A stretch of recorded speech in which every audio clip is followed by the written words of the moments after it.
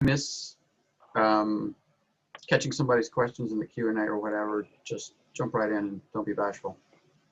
Yeah, I'm going to help monitor those questions. Yeah, and see, see depending on how many we have and how many are repetitive, I'll try to help, sort out which ones have already been answered. And I could take a peek at the chat box too. Sure.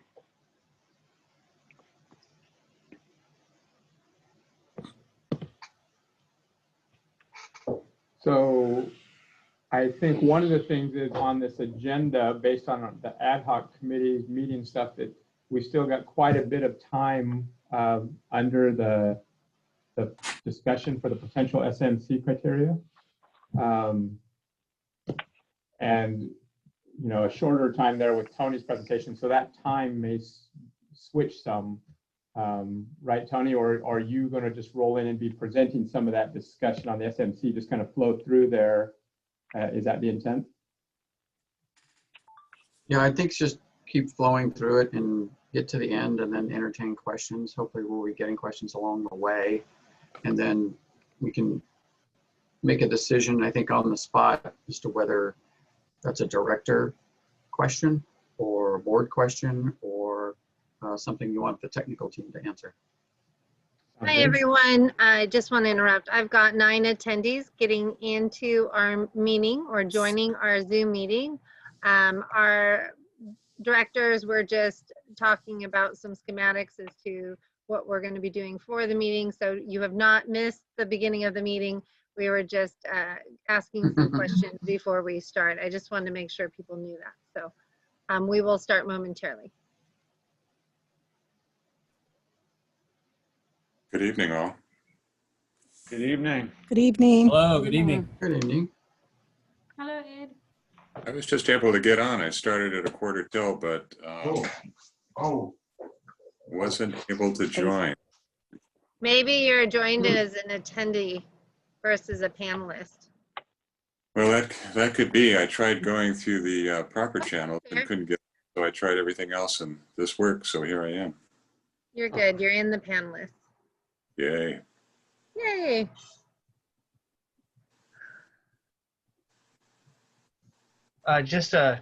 You guys hear me? Just a quick question. I see an Abby. I'm looking at the wrong menu. We're open.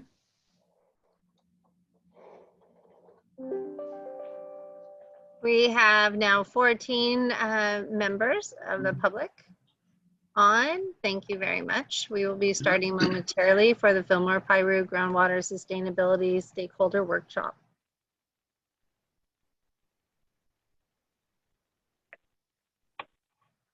And what's really nice is that everyone has their name listed, so that'll be great for attendance.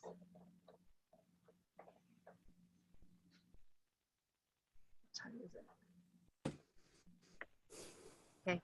Do we have any, Zach, do we have any more in the, that need to be let in? It's fully open. You guys are ready to roll. Okay, thank you. I know that time is extremely valuable to people. And so I would like to say thank you to all those that are attending us today for the Fillmore Piru Groundwater Basin Sustainable Agency. We are holding our second or multiple stakeholder workshops today's meeting. I just want to say thank you very much for attending. My name is Kelly Long. I'm a Ventura County Supervisor for District 3, which is part of the district is Fillmore and Piru. And I am also your chair for today, so I'll be your host.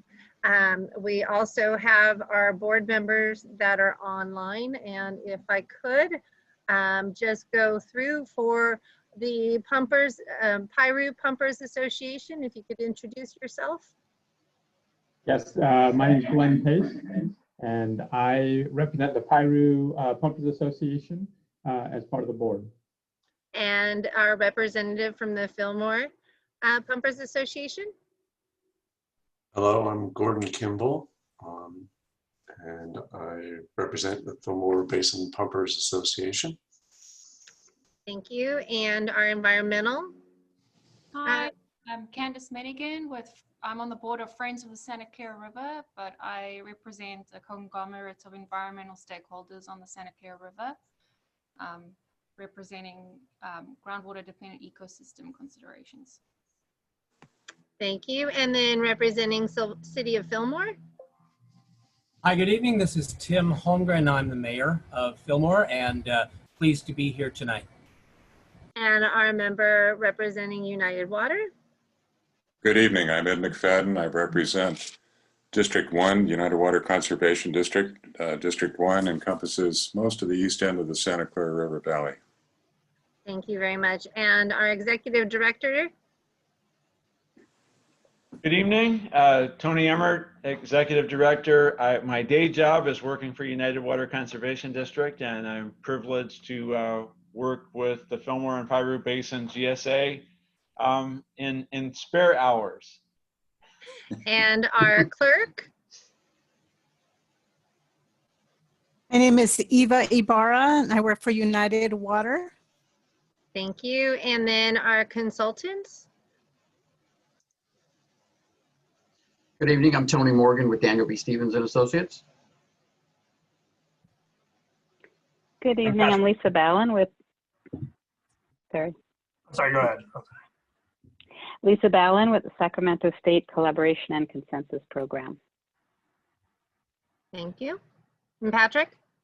Yes, and my name is Patrick O'Connell. I'm a hydrogeologist with Daniel B. Stevens.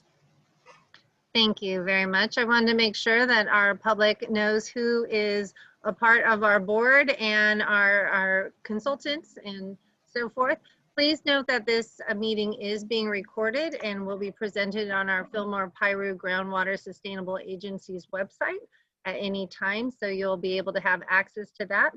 Also, all of our information that we've had from our board meetings, all the details of our last stakeholder workshops are also on that website. So I want to make sure if anyone misses anything or wants to get more information, please go to, what is it, FPBGSA.org, and you can go there for the information. Ed, I'd like to pass this, oh, actually, what's the other questions? Oh, we do, I guess at this point I'll pass it to Ed, if you could just make some comments of why we're here. Sure, Chairman Long. So this is part of an ongoing program where the GSA is reaching out to all stakeholders to make sure that everybody's fully involved, has a chance for input, and is a requirement that we have a robust outreach program to all stakeholders concerning this GSA. So tonight we're going to dig more into what we're calling sustainable management criteria. Those are important factors that we'll use as we move forward to put together the groundwater sustainability plan as required by the Department of Water Resources, State of California, as for SGMA. We'll try to have a review, educate everyone, answer questions. There'll be some polls involved. And then we'll also have a financial review, look at the budget and schedule and how things are going and what is out there. And there's quite a bit to do. We've got a heavy agenda tonight. We've got a heavy agenda for the next 2 years. So let's dig into it right now. And Chairman Long, or Chairperson Long, if it's okay, I'll go ahead and introduce Tony Morgan to talk about sustainable management criteria.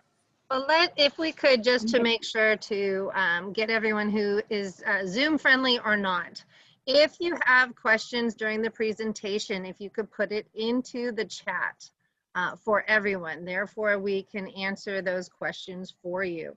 I do not see anyone who's joined the phone online with a phone, but if you want or have a question, you need to raise your hand. You would press 9. And so I wanted to make sure that you put your comments in the chat so we can document it and have it for our records. And then also I'd like to have Lisa talk about our polling as we do our presentations, how people can engage in this presentation. So Lisa. Thank you, Chair Long.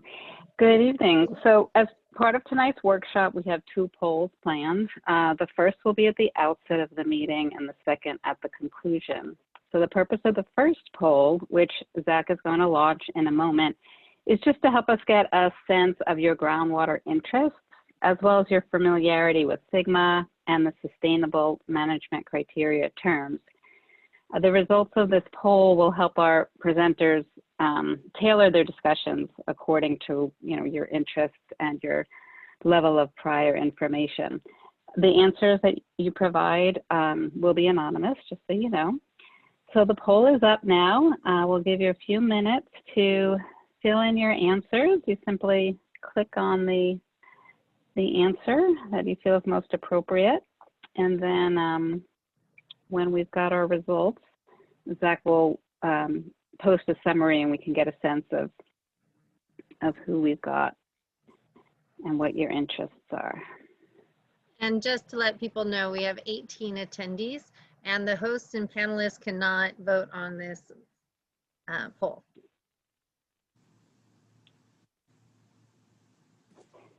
So Zach, whenever you feel like you've got They're about 30% right now. Okay, so we'll give it another minute. And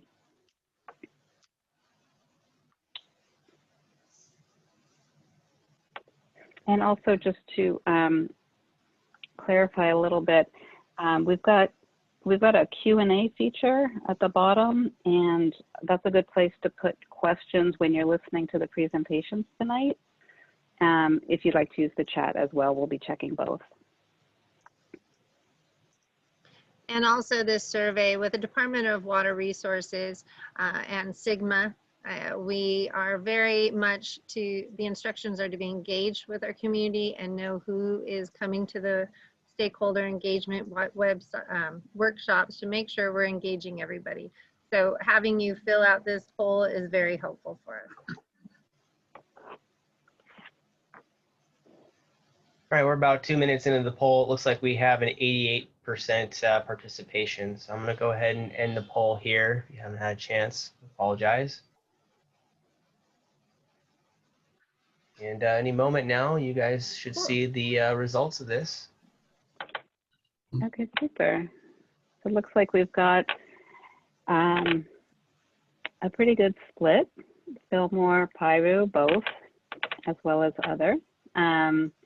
We've got a strong majority of agricultural groundwater interest with a good showing from the environmental interest as well. Some domestic and municipal. Okay, we've got about little more than half attended the first workshop, so there's some good familiarity with SGMA background, and we'll bring up the rest of the 44% today, hopefully. As similar to the concepts of the sustainable management criteria. Okay, so that's good to know. Some of you have heard these terms already, so it won't be new for all of you. And a good showing from the Pumpers Association. And thank you for telling us how you heard of this meeting, so we hope to reach out in the ways that are most effective. So with that, I'll turn it over to get rolling with the content of this evening's presentation.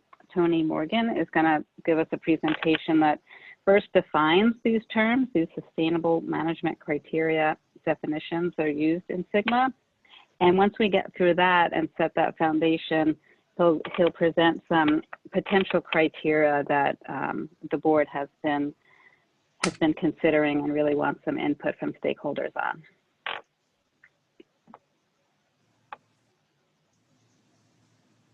Good evening, everyone. Again, Tony Morgan here with Daniel B. Stevens and Associates. I'm a principal hydrogeologist with that organization, and we're going to run through some background material here quickly at the beginning on sustainable management criteria, just to make sure everybody's up to speed on some of the terminology. Like any regulation that we get out of our friends from Sacramento, it's filled full of jargon and has its own set of acronyms that go with it. So we're going to briefly go through that. There was a significant number of you in the poll that that weren't familiar with some of the terms. So let's just take a few moments and go through those, and then we'll jump into some more meaty issues as we get going. Tony, can I interrupt for just a minute? I noticed we have one hand raised, and I just want to make sure if that's a question on and on the kind of what we've already discussed about. So Okay. it was, oh, did the hand, oh, I think the hand went down. So never mind, I guess we're good. Okay. If they want to raise their hand again later, no problem. No problem. I have multiple screens going on here tonight, so if I look back and forth and I'm not looking at you in the camera, I'm not trying to avoid you. I'm just bouncing back and forth between screens with different information on it. So sustainable groundwater management criteria. Well, where did this all come from? It came from the Sustainable Groundwater Management Act, commonly called SGMA. It's a state law, requires the management of high and medium priority groundwater basins to ensure their sustainability into the future. And that's the situation where we are. We fall into those categories. And so we're required to do that. So how does this Sustainable Groundwater Management Act get implemented? Well, local groundwater sustainability agencies are responsible for preparing and implementing the groundwater sustainability plan, okay? And the Fillmore and Piru Basins GSA was formed to provide that local control over the SGMA compliance in the Fillmore and the Piru Basins. And so they're their local agency that gives us the local control. The state of California, if we don't assume local control and manage the basins satisfactorily, the state has the ability to come in and take over the basins and do the management their way. So we prefer to have this done locally.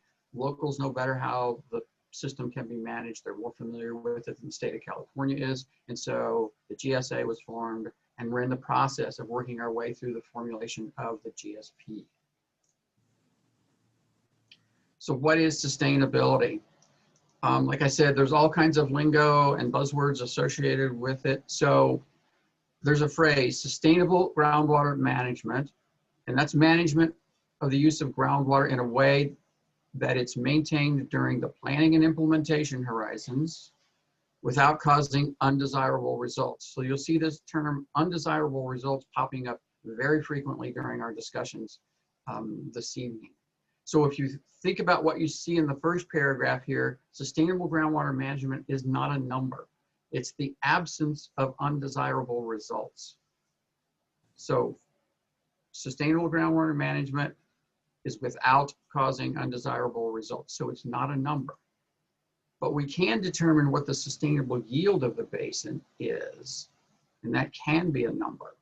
So sustainable yield means a maximum quantity of water that you can extract from the basin over a base period. A base period generally means something, a multi-year type condition. It usually is 1, 2, maybe even 3 decades long is a base period. And so whatever that base period is, that's representative of the long-term conditions, the ups and downs in the climate, the drought periods and the wet periods, okay? They want to know what's the maximum quantity of water that can be withdrawn without causing that undesirable result. In other words, think of the undesirable result as a bad thing.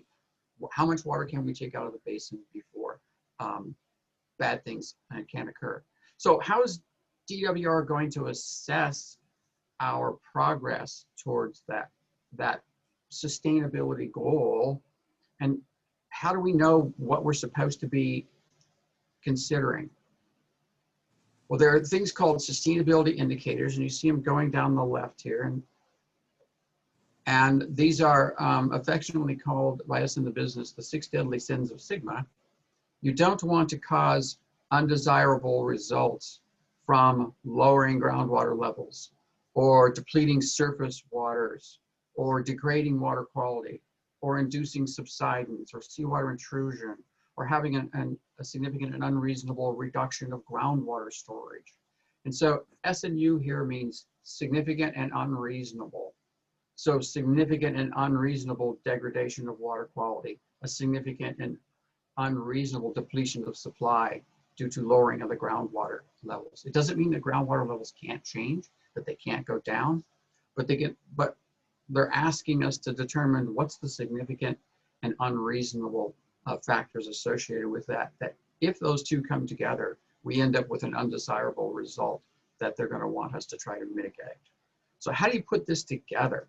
It's really a pyramid, and I'll It's not a pyramid scheme. It's just a pyramid.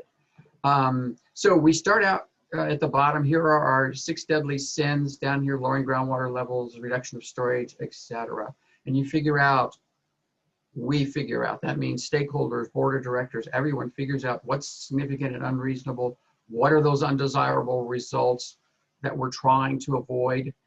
And we come up with a metric. How are we going to measure that undesirable result? We can come up with a sustainable yield. Once we nail these down, we come up with a sustainable yield. Okay, we're, again, avoiding those undesirable results. We have 20 years to get to sustainability. We don't have to do it overnight. We've got some time to achieve it. So in our case, our plan's going to go in January of 2022. And we have till January 2042 to achieve our sustainability. You're going to implement your GSP, practice good sustainable management practices, and that will get you to hopefully your sustainability goal. So you're going to have to maintain those conditions in your basin without causing undesirable results over a 50-year period. So you've got 20 years to implement, and they want to see that you can do it for another 30 years beyond that. So it's a 50-year period overall. Okay, so let's dig into this significant and unreasonable phrase a little bit more. It's not defined in SGMA. It's not defined in the regulation. It's defined by your local GSA. They decide what is significant and unreasonable. And this is the basic element of local control inherent to SGMA. When the regulations were being crafted early on, there were people who said Sacramento should tell everybody in the state how to do it. And there was obviously significant pushback on that. And the concept of local control won out. And so that then hands the baton for figuring out what significant and unreasonable mean to the local entities, those GSAs and the stakeholders that are a part of those various basins around the state. You'll hear the phrase minimum threshold. That's a numeric value for each indicator that's used to define the undesirable results. So let's pick an easy one. Let's say groundwater elevation, groundwater level. If the water levels in the basin fall to a certain degree and undesirable results begin to happen at that point, that elevation where those undesirable results occur is your minimum threshold. It's the minimum threshold. We go below the minimum threshold and undesirable things begin to happen. Bad things begin to happen, okay? It's a quantitative value, okay?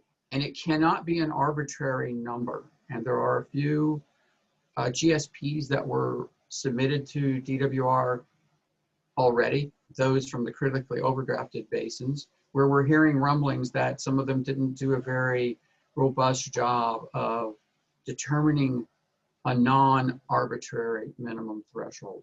So DWR is expecting for you to say, well, what undesirable results are you avoiding by establishing this particular minimum threshold? On the other side of the scale is your measurable objective. So it's a specific quantifiable goal. Think of it as your desired future conditions. What would I like for the basin to look like in the future? What groundwater levels do we want? What water quality do we want?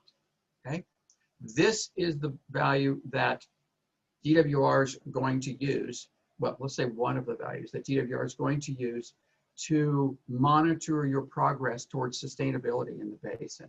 So you've got your MT, which is your minimum threshold, where if it goes below that, undesirable results can occur, but you've got a measurable objective above that. That's sort of your goal. That's where we want to get to in the basin. So if you look at this in sort of a cartoon manner, we've got our indicators across the page here, and then we've got this little yardstick or ruler within there. And so for each one of these, we're going to have to establish our minimum threshold and our measurable objective, and we have to figure out a metric. How are we going to measure them? Are we going to use total volume of storage reduction? Are we going to use a rate of subsidence? Are we going to use the volume of surface water depletions or something else? We're free to pick other metrics as long as we justify how they help us quantify our ability to understand sustainability and to get to a sustainable condition in the future. So that's a real quick overview of the major terms and lingo that you're going to hear me talking about through the balance of the evening here.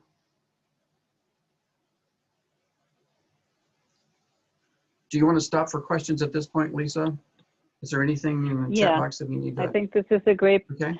So far I don't see any hand raised, and I see one question in the Q&A. Oh, will the PowerPoint be available on your website? And the answer is yes, as well as a recording of this meeting. So thanks for asking that. Correct. Anyone else? I don't see.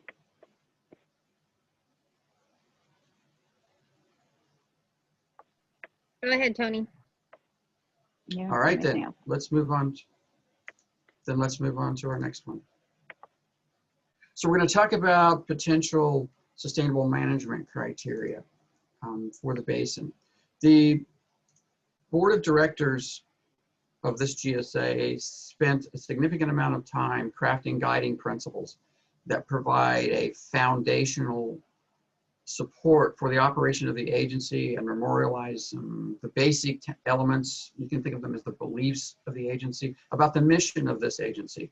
And you can see a full listing of the guiding principles here. There's a link on this slide. You can go to them. They're on the agency's website. Several of the guiding principles directly deal with the achieving of sustainable groundwater conditions. And I put a few of those representative goals here. And so you can see that they are pretty encompassing, and the board took the development of these guiding principles very seriously when they were going through. There was a lot of discussion and back and forth on them. So I'm not going to read through all of them there. They'll be available in the slides after the presentation, but this is a pretty fundamental part of it. And I would encourage you to go onto the website and check out the guiding principles. It really does tell you about the level of seriousness that the directors take their responsibilities in the GSA. So the ad hoc committee of the board has been meeting with the consultant team to discuss how sustainability would be defined in these basins. To put it simply, we need to fill out this matrix. And we need to determine what the undesirable results are for each of these indicators. Okay? From that, we'll figure out how we're going to measure them. What's our metric?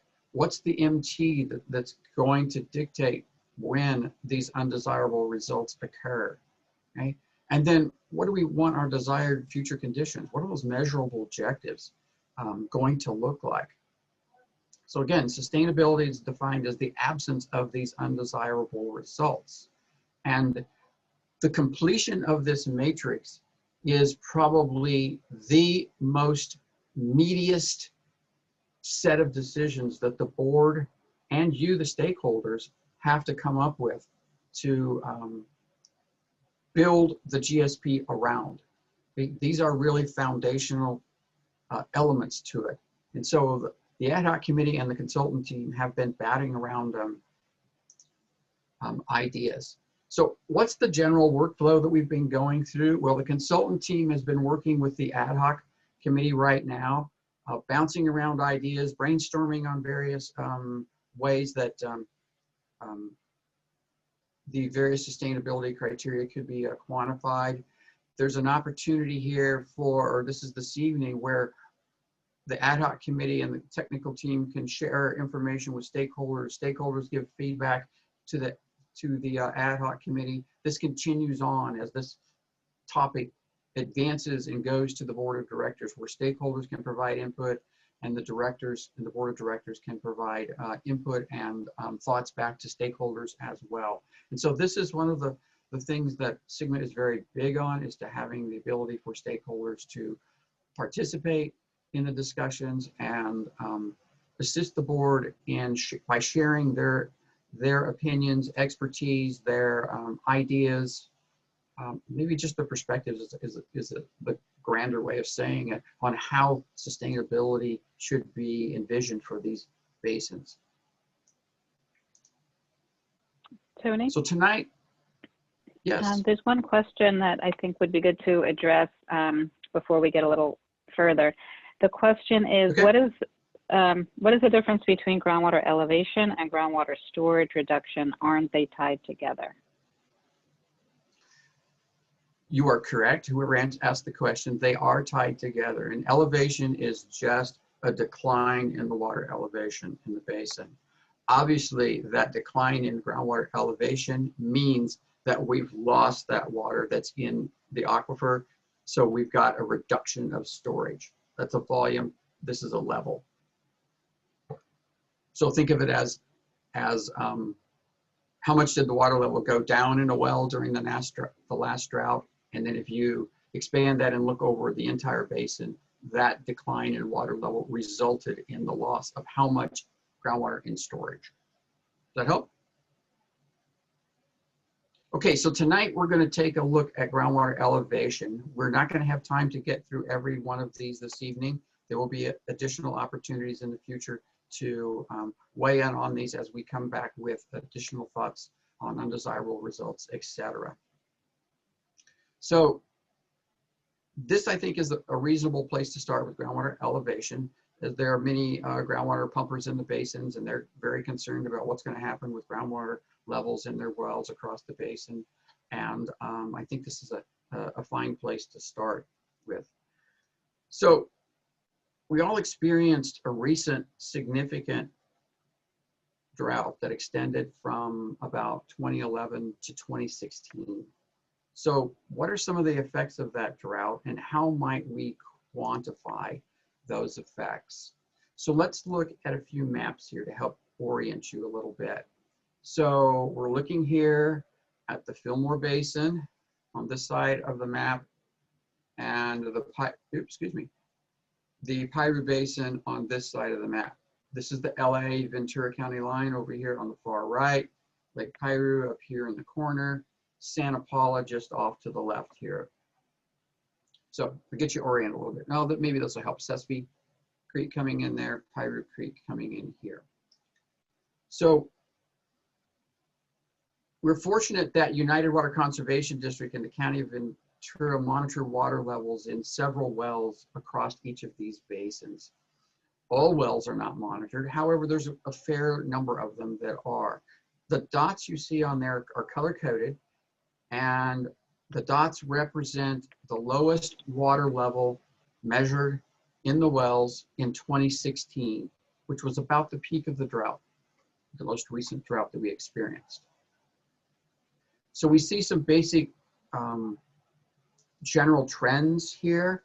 We see along the Santa Clara River, we've got blues and greens. So generally water levels are were less than 100 feet at that point. We've got some areas right here along Piru Creek and around the town of Piru, where those water levels were between 150 and 250 feet down. We've got some here over 250 feet in the west end of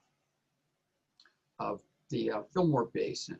So it gives you an idea of how much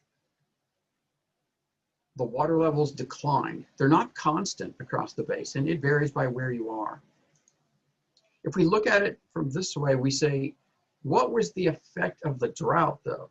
So if we take 2011 water levels and look at the difference between that and 2016 when there's the low, we get an idea of how the most recent drought affected water levels in the basin. And so we see a slightly different pattern in the coloring of the dots here. So we see things that are red and orange in the Piru Basin, and those colors sort of go to tan and orange and even yellow as we get into the Fillmore Basin. So we can say water level decline was more severe in general in the Piru Basin than it was in the Fillmore Basin.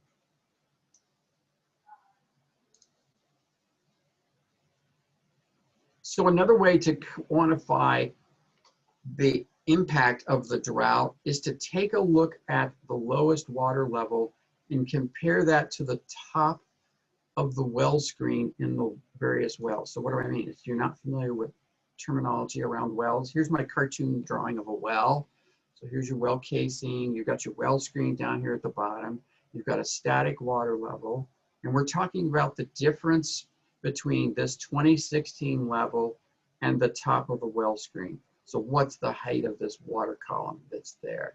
So that's additional water that could be extracted, drawdown that could be incurred in the well before achieving those levels moving down into the well screen. In general, you don't want your water levels falling into your well screen. You don't want your pump intake installed in your well screen in general. You can still do it. You can pump water, but just best management practices is generally you don't want to do that. So what we're showing here on this map, and let's just take an example. Let's take this well right here, this yellow circle.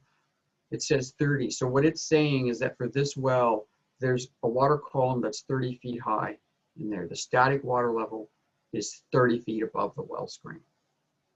Right? And so we have them all across the spectrum here. We've got some triangles here, monitoring wells that actually went dry. Okay? We have some domestic wells here where water levels fell into the screened interval, but they weren't reported as being dry. There was one dry agricultural well, and it was over here. So we can see that by and large, there wasn't a lot of apocalyptic effects from that drought.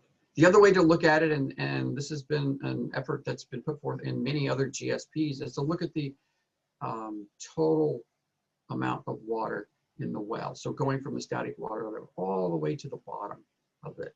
Because you could pump this water that's down here in the well screen with the appropriate pumping setup. But what does that height of a water column look like? And so you can see it's a larger number. Again, there were still some dry wells. These are the monitoring wells. No one's drinking that water. It's purely there for measuring groundwater elevations at various times in the basin. So you can see these numbers are larger. There's a lot more water in the well before it goes dry. So let's take those various maps and boil them down into this summary table right here. And so we've carved out the various well types. So there's municipal wells, agricultural, domestic, and monitoring wells here.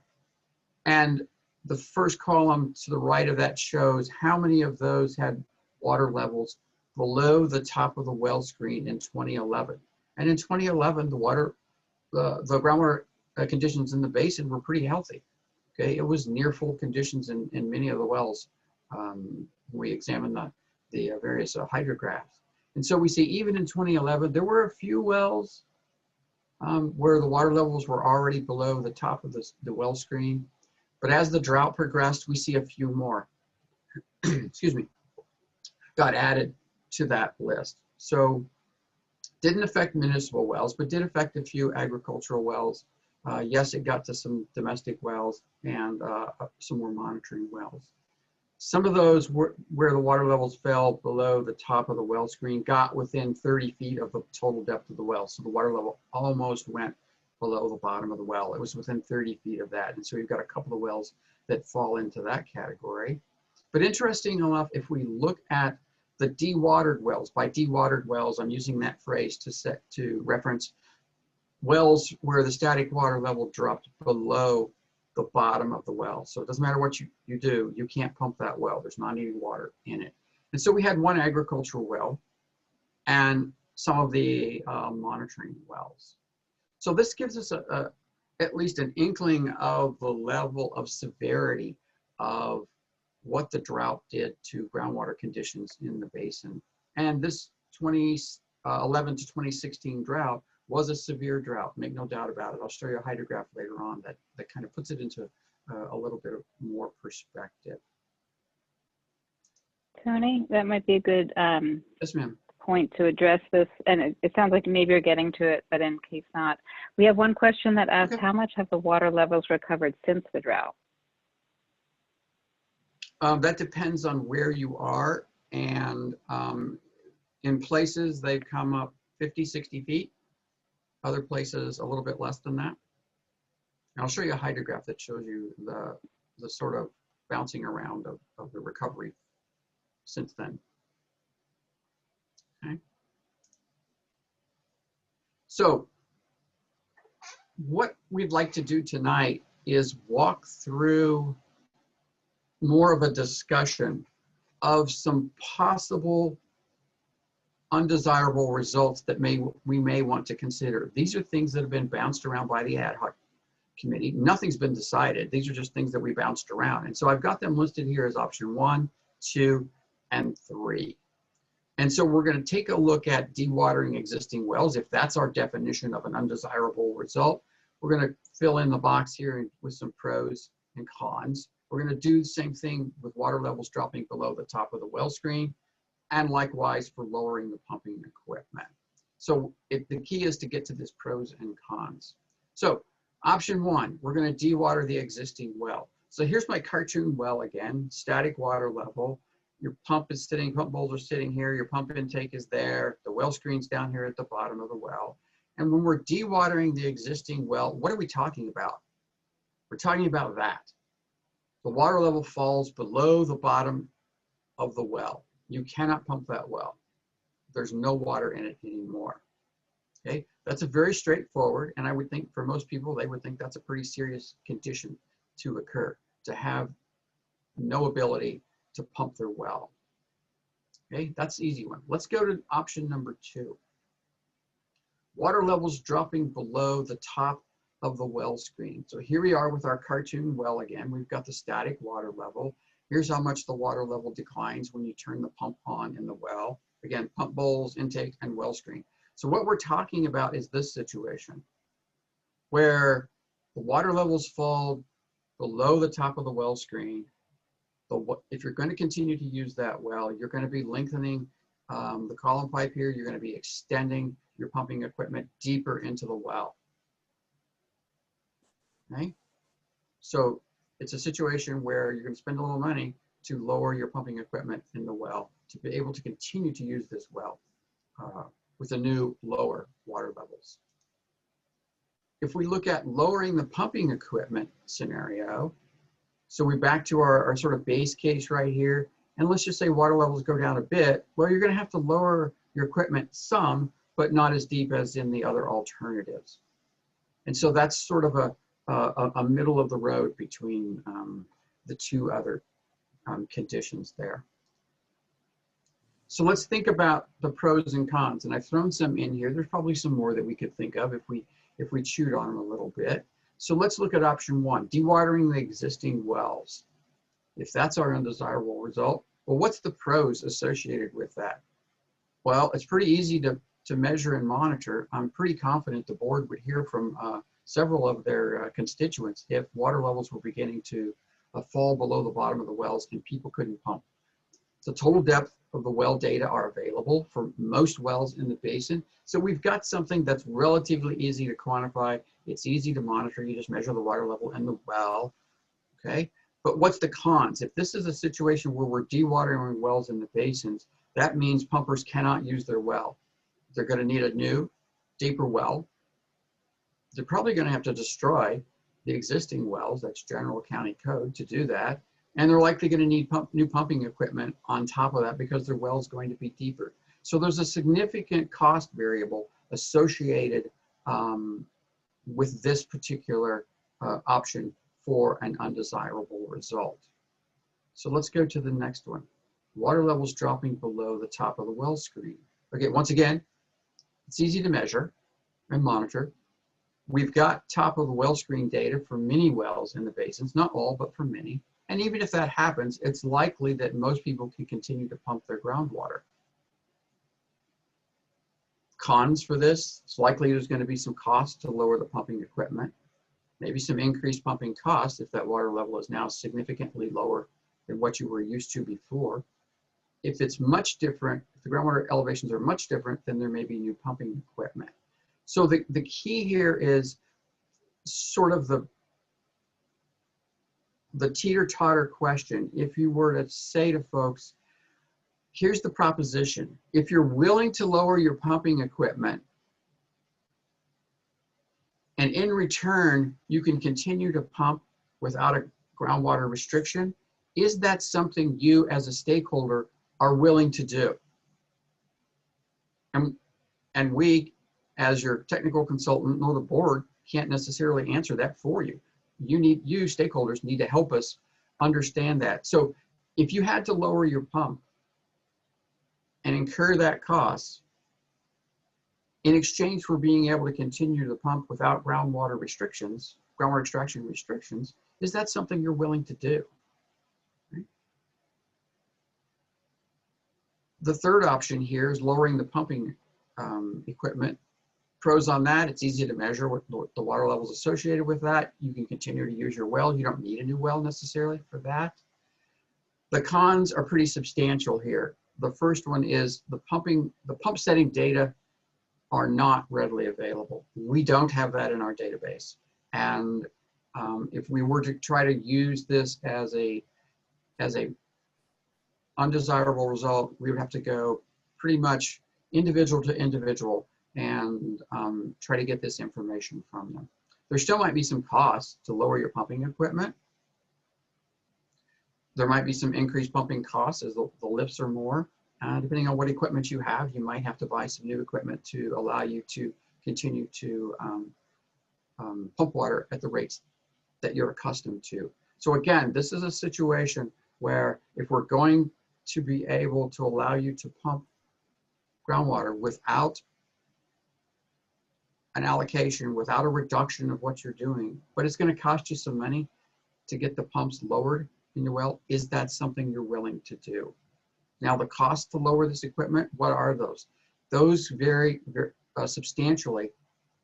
And part of the variable that carries the most weight is what kind of well is it? If it's a municipal production well, larger casing, larger pumps, motors, etc., then putting on another 40 feet of column pipe to that, that's easily a $25,000 adventure.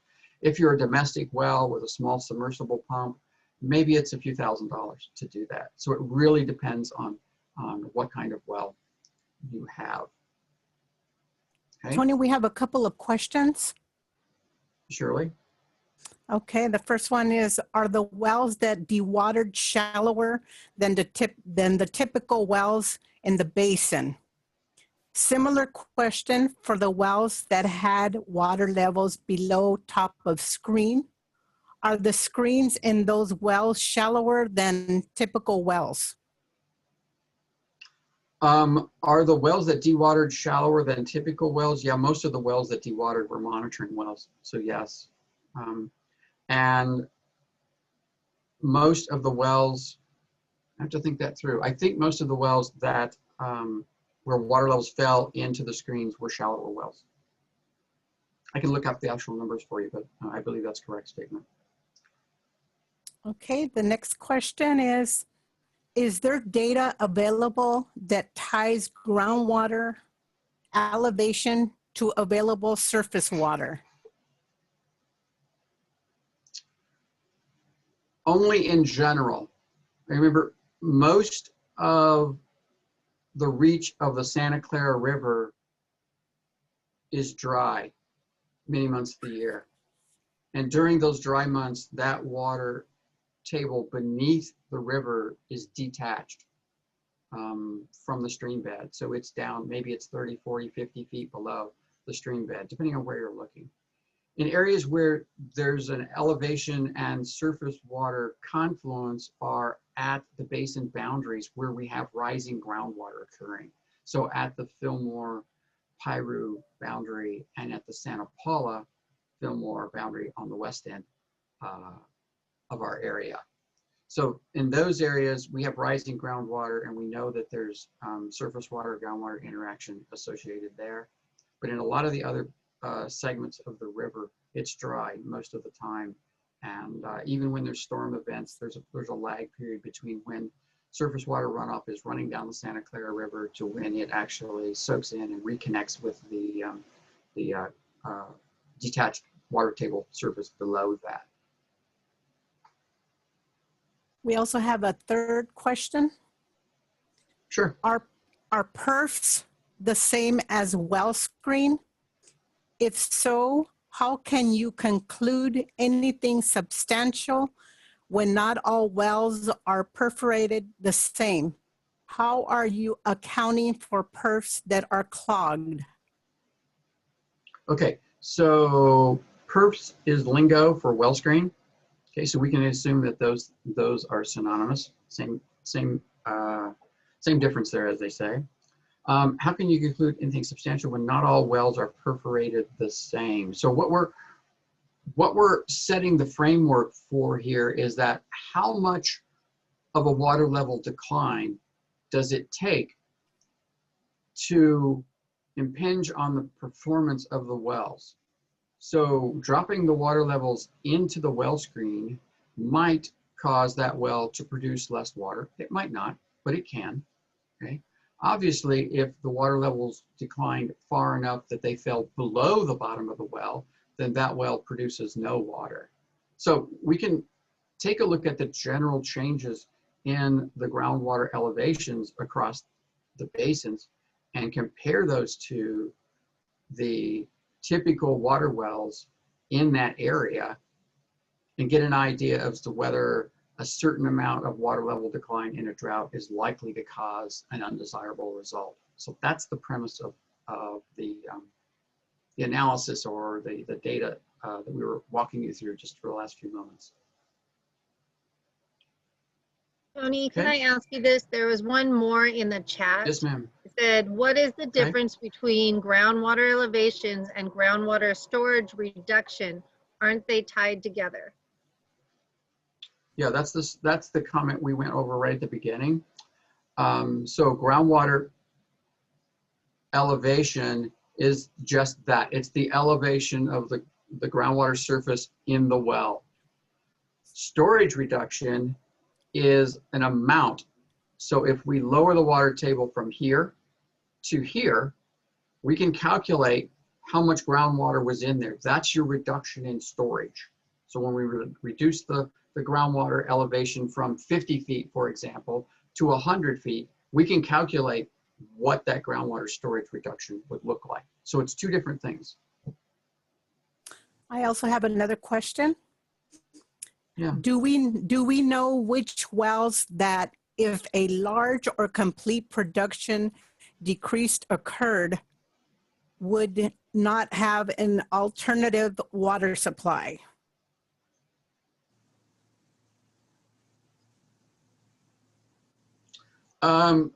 I don't imagine that many of the agricultural wells have a built-in alternative water supply. It's certainly possible, and I've seen it in other basins, where there will be neighbor-to-neighbor emergency connections. Just this well over here has water, but this well over here is dried out. And so they'll have emergency hookup and they'll share a well for a period of time.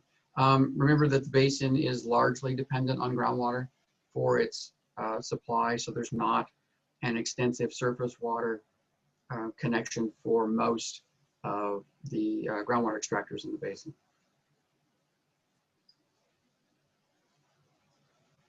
Director McFadden, I think, has his hand up.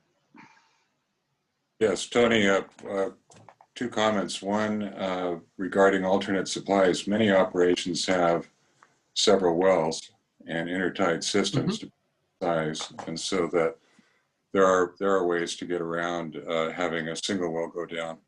I also wanted to make a comment.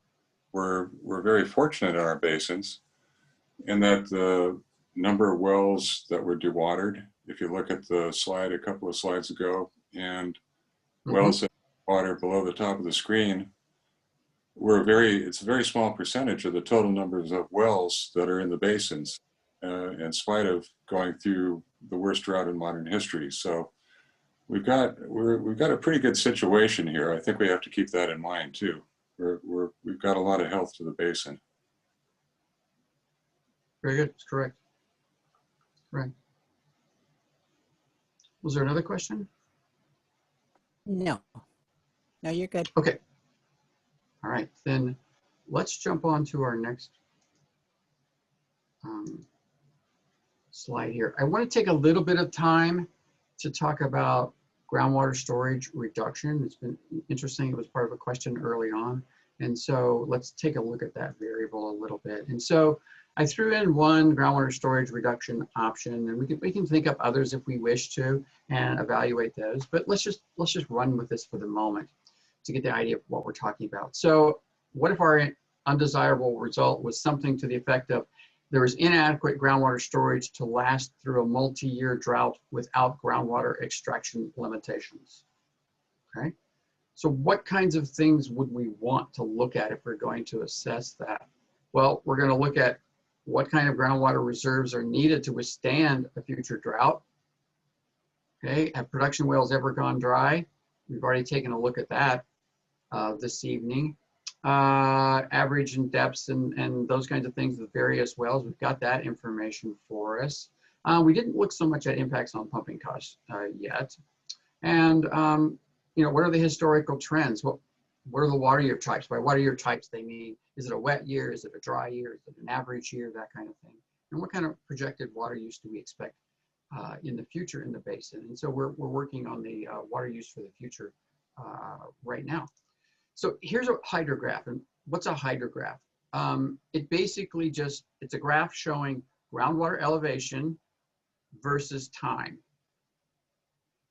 And so this well is in the Piru Basin. And I use it because it's got a fairly long record. It goes back to 1950, goes all the way up to current. Groundwater surface is here with this, I guess it's an orange color on my screen.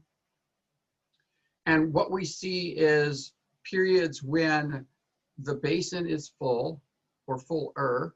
You see it bouncing around over about let's call it a 20-foot range in here when things are going and maintaining average to above average conditions. But what we very clearly also see what happens when drought conditions occur. So here's our 2011 to 2016 decline. And there was a question earlier, how much have things bounced back? And so you can see the bounce back record here for this particular well.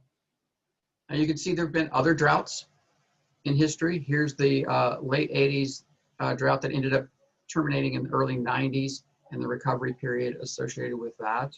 Okay, there were other droughts in time. But when we get pre-1970, we see that the hydrograph has a different form. It's very spiky. It's not like this over here where it bounces around when it gets to full. It's a very spiky situation. This is in part an effect of not having the wastewater effluent from Santa Clarita entering the system yet. So about this time frame, late 60s, early 70s, the wastewater treatment plants from Santa Clarita area began discharging their water into the Santa Clara River. That water came downstream and began percolating into the basins there and helped augment the supply in those basins. So what we see is a change in the way this hydrograph looks. And this is the more modern current way it operates. In addition, about mid-1950s right here, Lake Piru came online, Santa Felicia Dam was completed, and so it began a program of adding water to this system. So we've got a way to see what happens to water levels in the basin, and we've got these hydrographs for a great many of the wells in the basin. And if you're interested in looking at some of those hydrographs, you can log on to the online database. And the link of that is on the agency's website. So I encourage you to go there, look around. You can click on a well and check out the hydrograph associated with it and look at some water quality data if we have it for that particular well. It's a nice tool to orient yourself and get you used to what's going on in the basin. So if we're looking at what was the effect of the last drought. Yes. Sorry, Tony, before you leave that slide, there's just a question on this graph. What is feet or FT-AMSL? What does that stand for? Above mean sea level. Feet above mean sea level. Standard way to identify your elevation. So we can take a look at this particular hydrograph, and from it, we can assess what the effects were of the most recent drought. So from 2011 to 2016, we had about a 70-foot decline. And that 70-foot decline occurred over about a 5-year time window. And so we could go through every single well, every single hydrograph we have in the basin and determine how much of decline over how many years that took place and begin to get a feel for what groundwater storage change might be. Or we can go back to this map that you've seen earlier, which is the water level decline from 2011 to 2016, and use that differential there, that differential groundwater elevation in United's groundwater flow model that they're preparing. And that model will integrate that across both basins and be able to tell us what the change in storage is based on these water level declines that have been recorded in these various wells across the basin. So the model is going to be very helpful to us to calculate change in storage. We'll be able to separate out Fillmore Basin versus Piru Basin, et cetera. Changes in storage over areas within the basins. If we want to look at the rising groundwater at the basin boundaries and look and, you know, carve out a little piece of it and say, what were the water budgets? What were the change in storage look like in these particular areas?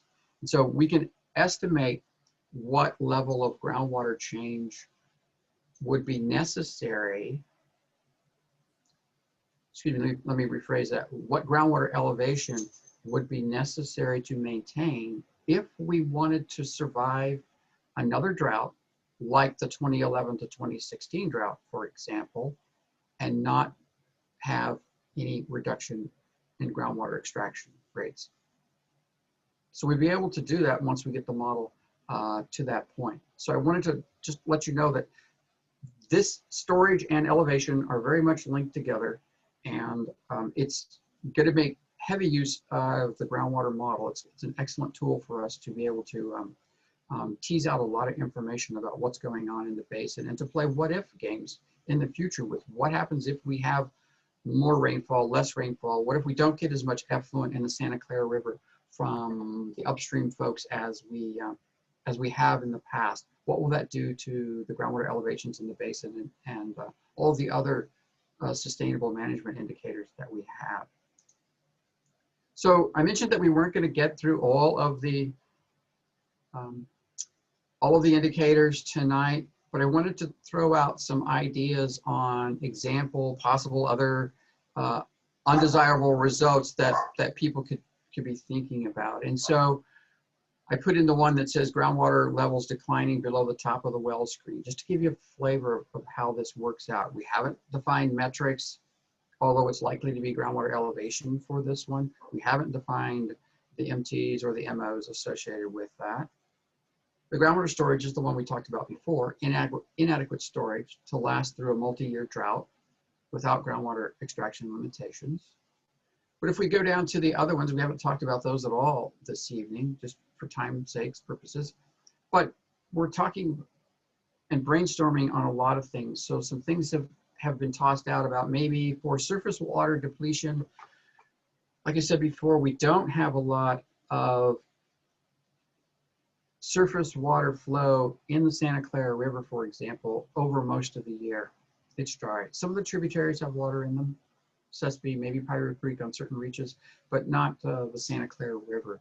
And so we've been thinking of maybe one way to do that would be to look at groundwater elevations associated with a surrogate. So maybe we use the rooting depths of groundwater dependent vegetation communities as a way to say, if there's declines in groundwater elevations associated in the vicinity of these GDE communities, then maybe we can use that as a surrogate to talk about what kind of surface water depletion we're talking about. Remember, all of these parameters are based on whatever action this agency takes in its management plan, in its groundwater sustainability plan. So is the plan, are the new projects, if there are any, are the pumping scenarios that are outlaid looking to create significant and unreasonable surface water depletion?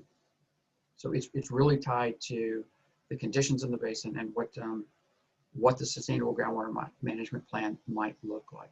So we took land subsidence as a general category as well. So land subsidence amounts that interfere with infrastructure operations. That's a nice generic descriptor of an undesirable results. But if we're going to use something like that, we've got to flesh out what is the metric going to be, and what MT and what MO is going to be associated with that.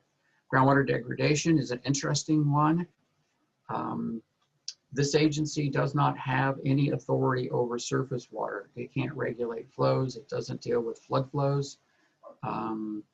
It isn't a surface water regulatory entity, and it isn't a groundwater regulatory entity either. There are others, such as the Regional Water Quality Control Board, DTSC, EPA, if you want to go to the federal level. They do have water quality authority, but this agency does not have water quality authority. So we have to think very carefully on how we would craft the metrics and the MTs for something where you don't really have control over what goes on with water quality degradation.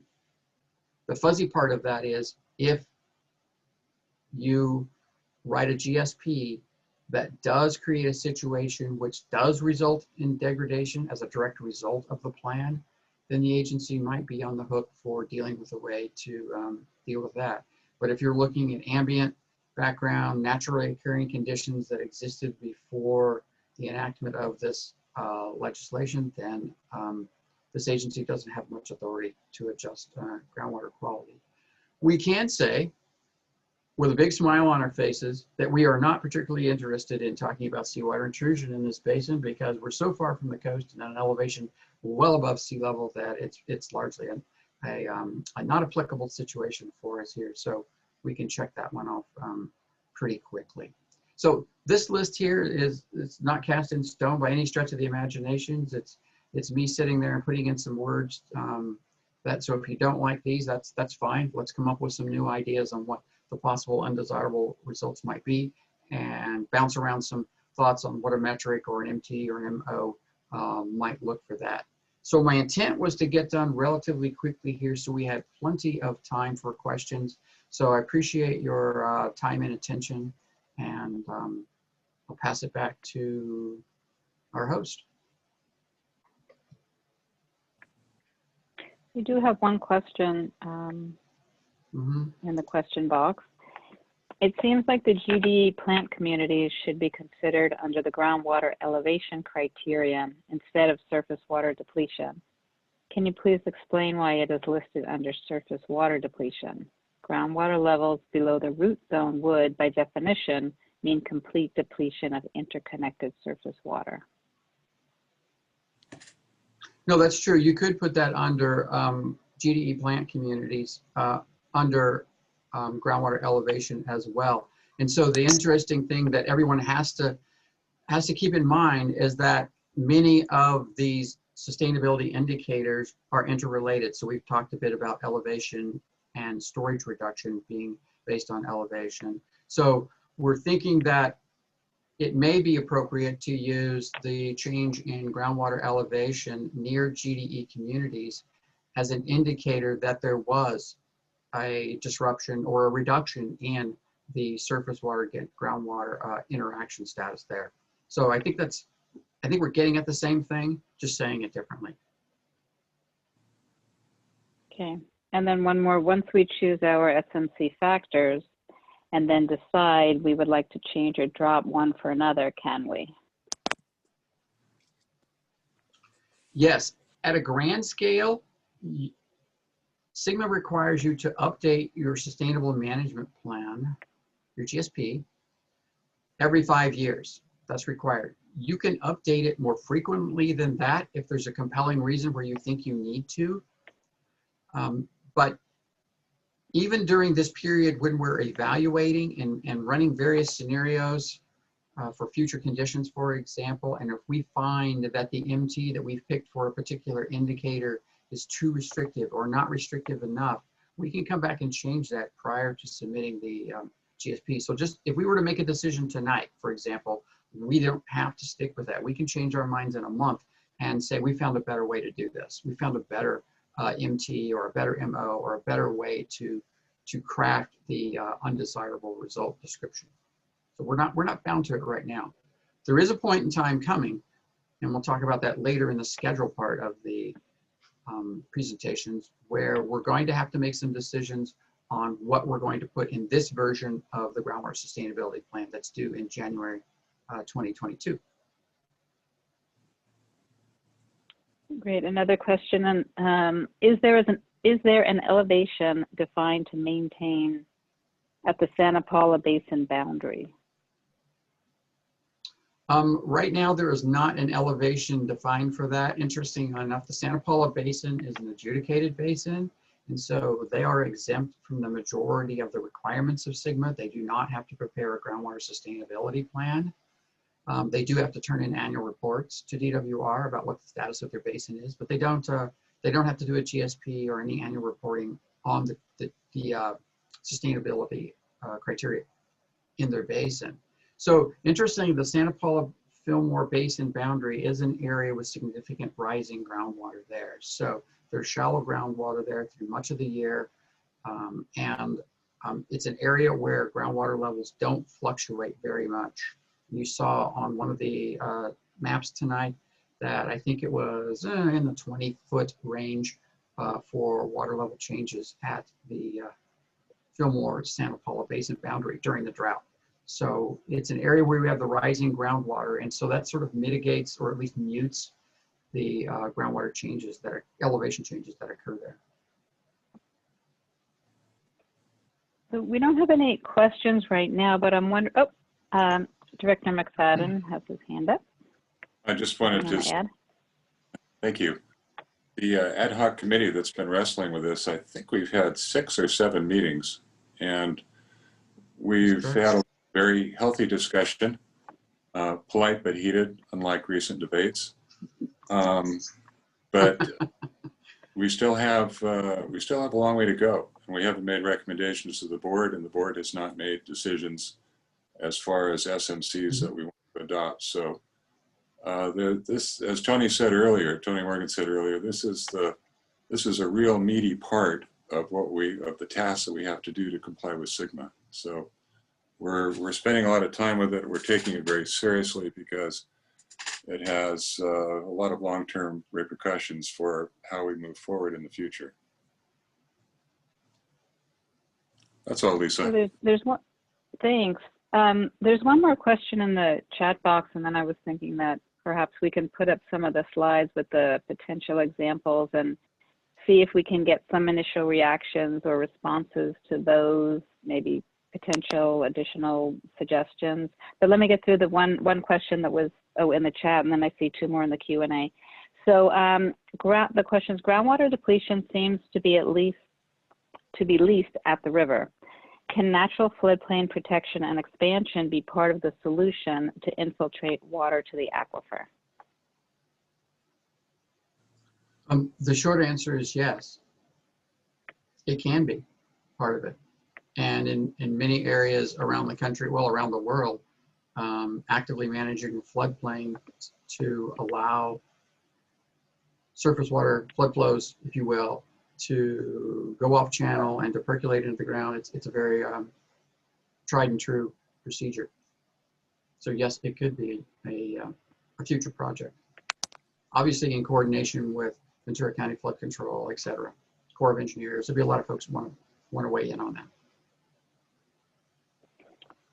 Okay, we've got, is the impact of land subsidence on groundwater total storage not projected to be a significant issue for these basins?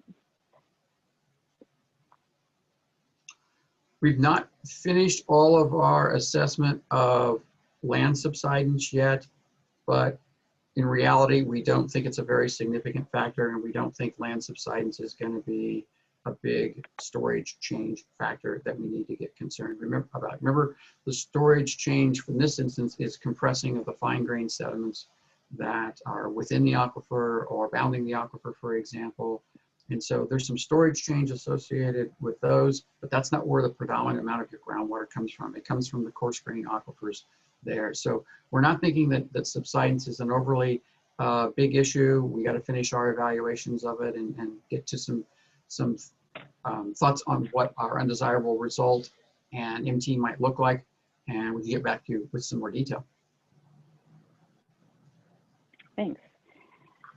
Have you evaluated sea level rise models to ensure there's no chance of saltwater intrusion? I thought I saw a model that showed fluvial effects that traveled close to the diversion. May not be an issue, but just thought I would throw it out there. I don't know that we've looked at all seawater rise models out there, but we're well above it elevation wise. So I think there's zero potential for seawater intrusion to be a factor in these two basins, where elevation is quite a bit higher than sea level here. Okay. And then the last question we have for now is, who is on the ad hoc committee for the basins? And that is Director McFadden, Director Pace, and Director Mennigan. Is that correct? Mm-hmm. Yes, and in fact, I was just going to ask that we introduce that group and what they're working on so that people understand. Ed, do you want to describe it, or? Sure, I'll jump in. Lisa mentioned the members of that particular ad hoc committee, myself, Glenn Pace, Candace Mennigan. And we've been going through looking at matrices similar to what you've seen on the screen in the presentation from Tony Morgan, and just trying to just brainstorm every possible scenario, looking at undesirable results, the MTs, the MOs, and trying to reach a consensus on these factors that we can present to the board. And I'll ask the other ad hoc committee members if they want to add anything else to that. Hi. So I think the only thing to add right now is we're sharing what our thinking has been so far. We didn't want to get too ahead of ourselves because it's important to get feedback from stakeholders. What I think folks should also keep in mind is that when we are thinking about sustainability, we're looking at what the beneficial uses and users are. And so when it comes to our undesirable results, that might be, there might be an undesirable result for one species that's, federally or state endangered, that will be required. But then there might be an undesirable result for vegetation communities that's different. And so the minimum thresholds and measurable objectives are tied to who your beneficial users and uses are. And so those can also vary where you have minimum thresholds at particular times of the year. And it can also vary that you have minimum thresholds in particular parts of the basin. And that's kind of to Tony Morgan's point earlier, is that in areas where we know there is rising groundwater and there's definitely an interaction between surface water and groundwater, and we have groundwater dependent ecosystems, you're going to have metrics and objectives in those areas where you might not have metrics and objectives in other areas, because those are important areas within the basins. And so you got to think of it a little bit from a temporal and spatial point of view, and also for your different uses and users. Well, and to also follow up so that everyone knows, we have United Water, which is municipal uses. We have pumpers, agriculture uses. We have environmental interests. So we're looking at the full gambit of what DWR is requesting us or demanding of us to do. And so we have to fill the requirements of SGMA when we're looking at these. So I just want to make sure people know that we're not favoring one group or another. We have to follow the rules of DWR and SGMA as to how we come up with these criterias. And we also have to have the stakeholder engagement. So just because we have a subcommittee that is creating or coming up with some ideas, we have to vet this through the system and through our stakeholders to ensure there is buy-in and that it is correct. Glenn, do you want to say anything else? I think I would just add that one of the big things that we have is a time constraint, I guess, as we're moving forward. We have found, as Director McFadden had mentioned, we've met multiple times, and we think we've had some great discussions, and we've had some great ideas, and we think we're, progressing positively. But we really can't do it on our own. This is just from ideas and trying to put ourselves in a position to be able to move this forward. But the reality is we're required to have stakeholder input. And we as directors represent some stakeholders, and we do have feedback from our organizations, but clearly it's not everyone. And so we need to get that input, and we'll be working on ways of trying to get more input from the stakeholders. This was just one night to try to introduce what we need and how we're going to come about it. And we'll be reaching out to each of you to try to have that input, but we also hope that the stakeholders will reach out to us and provide their input and take an active role on that. Because of the timing situation, we don't have a long time. This isn't like a year that we're discussing it. We need to be pulling these numbers together, I believe, Tony can correct me, in the next couple of months to try to put these criteria, these undesirable results and stuff together, is my understanding, so we can move the plan forward. Is that a fair statement, Tony? Yes, it is. And so also, after we show the information, if you have any follow-up questions, you can email that to Eva Ibarra at evai@unitedwater.org. That's evai@unitedwater.org. And we will give all that. And then Lisa will also put both her email and Lisa's email in it, just to make sure that we capture it for people. Okay. There's one more question in the chat box. Go ahead. Will the plan include contingencies such as even more extremes, such as watershed flow changes due to extreme denudation from fire, lack of snowmelt, and subsidence from seismic events? The short answer is no. It's not planned to go to that level of extreme condition. I mean, the lack of snowmelt doesn't affect us directly here. Subsidence from seismic events, no, that's not envisioned to be an issue that we're going to try to tackle. And yeah, we're all living with fire on a daily basis, it seems like, in this state, but we're not talking about trying to model what the effects of fire would be on hill slope runoff and that kind of thing. That's beyond the scope of what we've got envisioned for this groundwater sustainability plan. But Tony, I think you should talk a little bit to the fact that we do have to address future conditions in the plan. And so we are looking at climate change and changes to inflows of water and so forth. Yeah, I can elaborate on that a little bit more. We have that 50-year period. Remember, we've got 20 years to come into compliance and to show that we're sustainable, and then we've got another 30-year period beyond that. So we're trying to forecast out 50 years into the future, and so we're looking for input from DWR on climate, and they've given us scenarios that we can use as part of our GSP development process. So we'll take United's groundwater flow model, we'll alter precipitation, et cetera, in that flow model and see what the effects are. And so we can quantify what we think might happen with respect to climate change.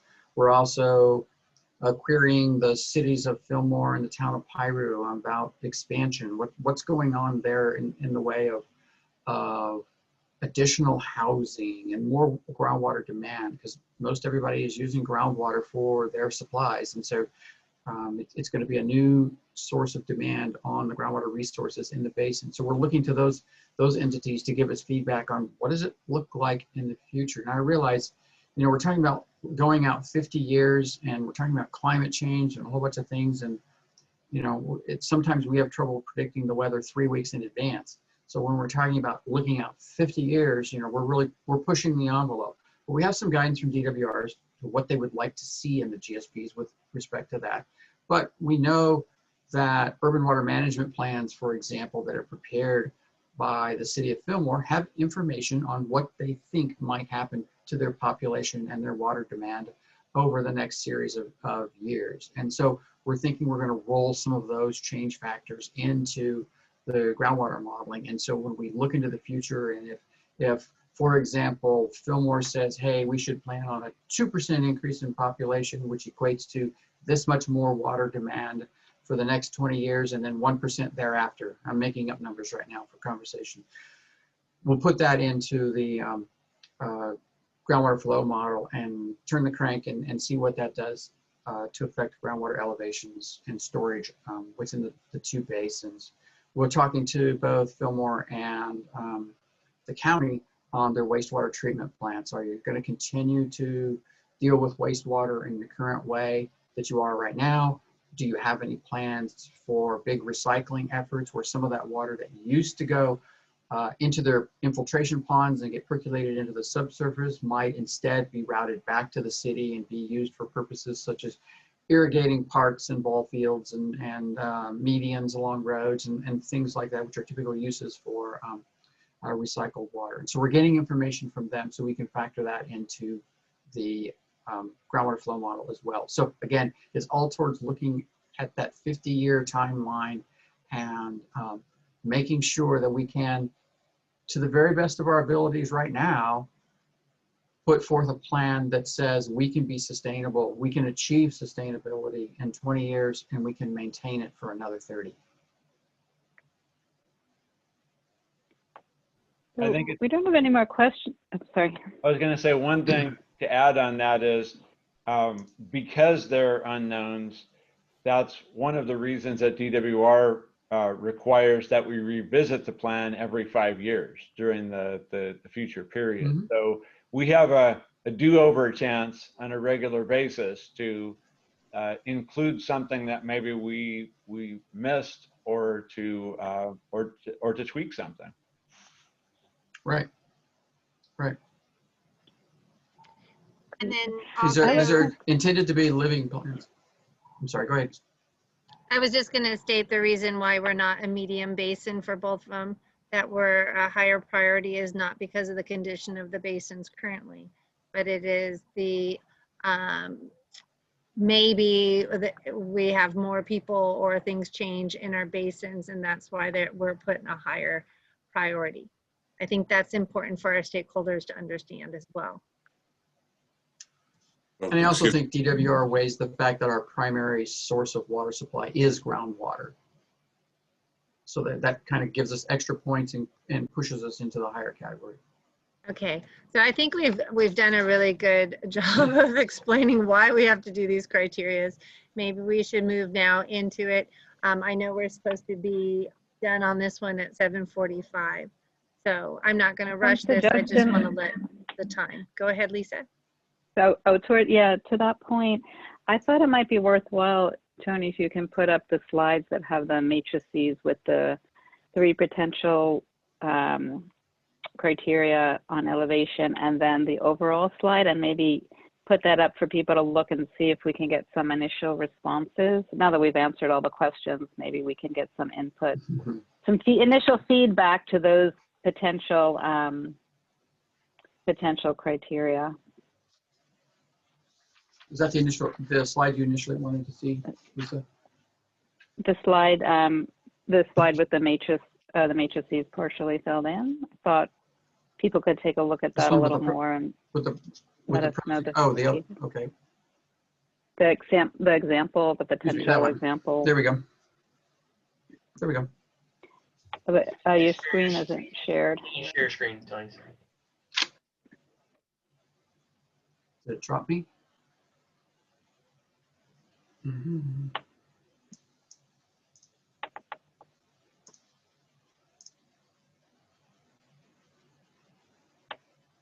Get it? We just thought, yeah, there's this one, and there's also the three options for groundwater elevation, and just we really want to get some initial reaction and response to this. If anybody's got any thoughts now, can raise your hand or put something in the chat.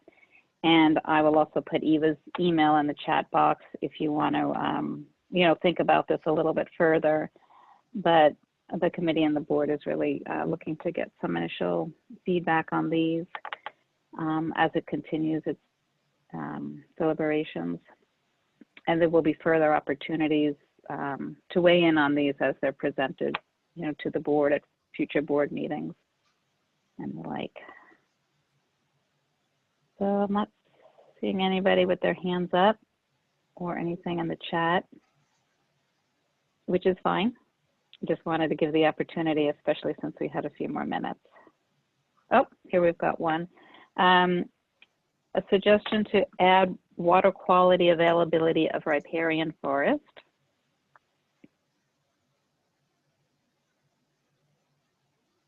Okay. I'm sorry, I said water quality. I just meant to say water availability. Water availability, okay. Yeah, sorry, yeah. Okay.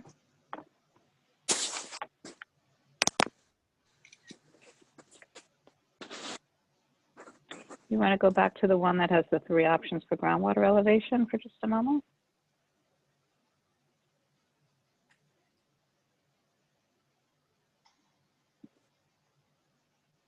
See if anybody's got any thoughts on these 3 options.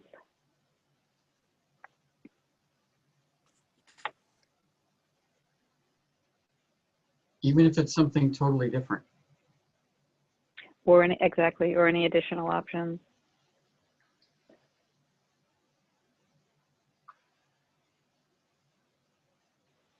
Oh, here's one. Let's see. Once the metric, oh, here's a question. Once the metric is chosen, how do you measure when wells are all different?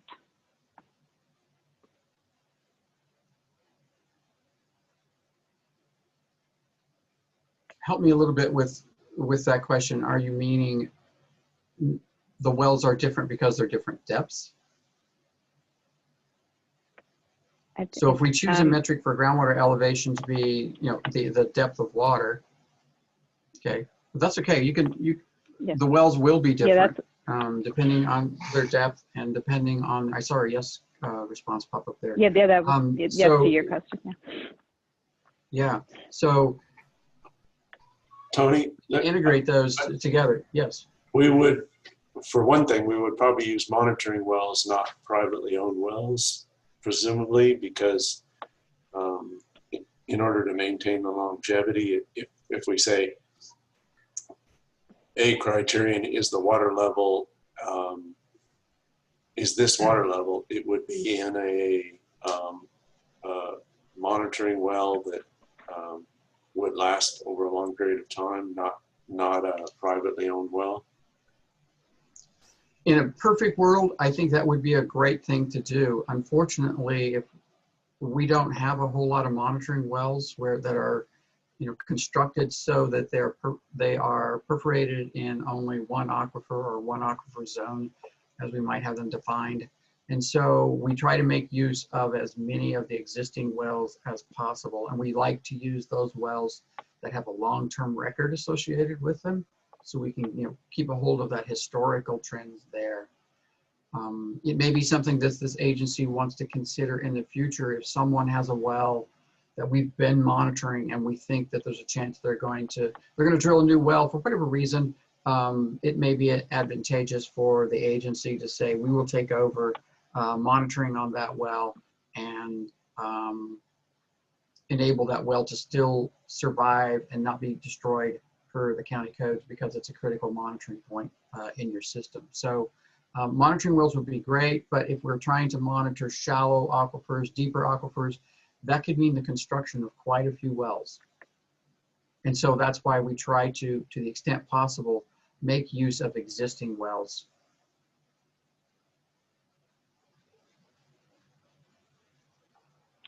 Okay, thanks. Another question. With projections from climate change saying the storms will be more intense and the rain season will be shorter, and from what I have read, the amount of rain in the water year will be close to the same, how is the GSA looking at finding ways to capture more water?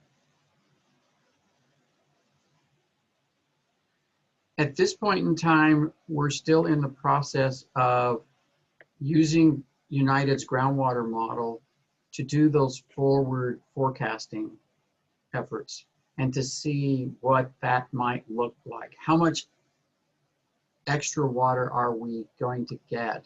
And I mean extra water, I don't mean that in the standpoint that the amount of rainfall in the year is going to increase. It means it's going to fall on fewer days during the year. So it's likely to be more intensive, maybe more runoff and flashier responses in the stream. And so if there's a way to capture some of that water, I think that's a viable mechanism. One of the things that the agency will do here is, depending on the MTs and MOs and the undesirable results that we select, we will look out for the 50-year period into the future and say, do we really need to do projects? Are we okay, even with climate change and that kind of thing, are we okay without doing projects? And if we are, awesome. If we think there's a way we want to periodically top off the basin, maybe this is something where we talk and work out something with flood control, Corps of Engineers, et cetera, where we do a little what's called flood mar kind of approach, where we flood some territory or some lands adjacent to the river and use that as an impromptu spreading base to get additional waters into the ground. So the agency hasn't gone through any evaluation process yet because we haven't determined that we really need to. Great, thanks. I'm going to take the questions a little out of order. The next one is, I am curious to hear Candace's thoughts. I am still wrapping my head around this topic. So Abby, are you referring to groundwater dependent ecosystems with regards to surface water and groundwater elevation? I'm a little unclear on what you want. You're kind of soft. Maybe speak a little louder. I was saying, I was just trying to clarify with Abby what she was asking. So the Nature Conservancy came out with a framework which provided guidance for groundwater dependent ecosystems. And the example that we provided for surface water and groundwater interactions was the routing depth. So Daniel B. Stevens is actually subcontracted with Stillwater Sciences, and one of our sustainable management criteria ad hoc meetings was with Stillwater Sciences. And so with regards to riparian vegetation, and we're looking at potentially a willow species and the rooting depth for those, right? But back to my point about, well, there are other species. A lot of birds are dependent on these vegetative communities. So by protecting the vegetation communities, you're also protecting the nesting habitat for birds. As Ed had pointed out, we've also had some back and forth on other management criteria, but those are by no means finalized within the ad hoc committee, and we didn't feel ready to bring those to the group. But, to my point earlier about endangered species, we do also have steelhead, so we do have to identify undesirable results for steelhead. And we have had some preliminary discussions with Stillwater Sciences about that. The Nature Conservancy's guidance is to say that we need to also coordinate with National Marine Fisheries Service on that. So, these are regulatory agencies that we also need to reach out to get further input and guidance. The Department of Water Resources is also meant to provide best management practice and guidance with regards to groundwater dependent ecosystems.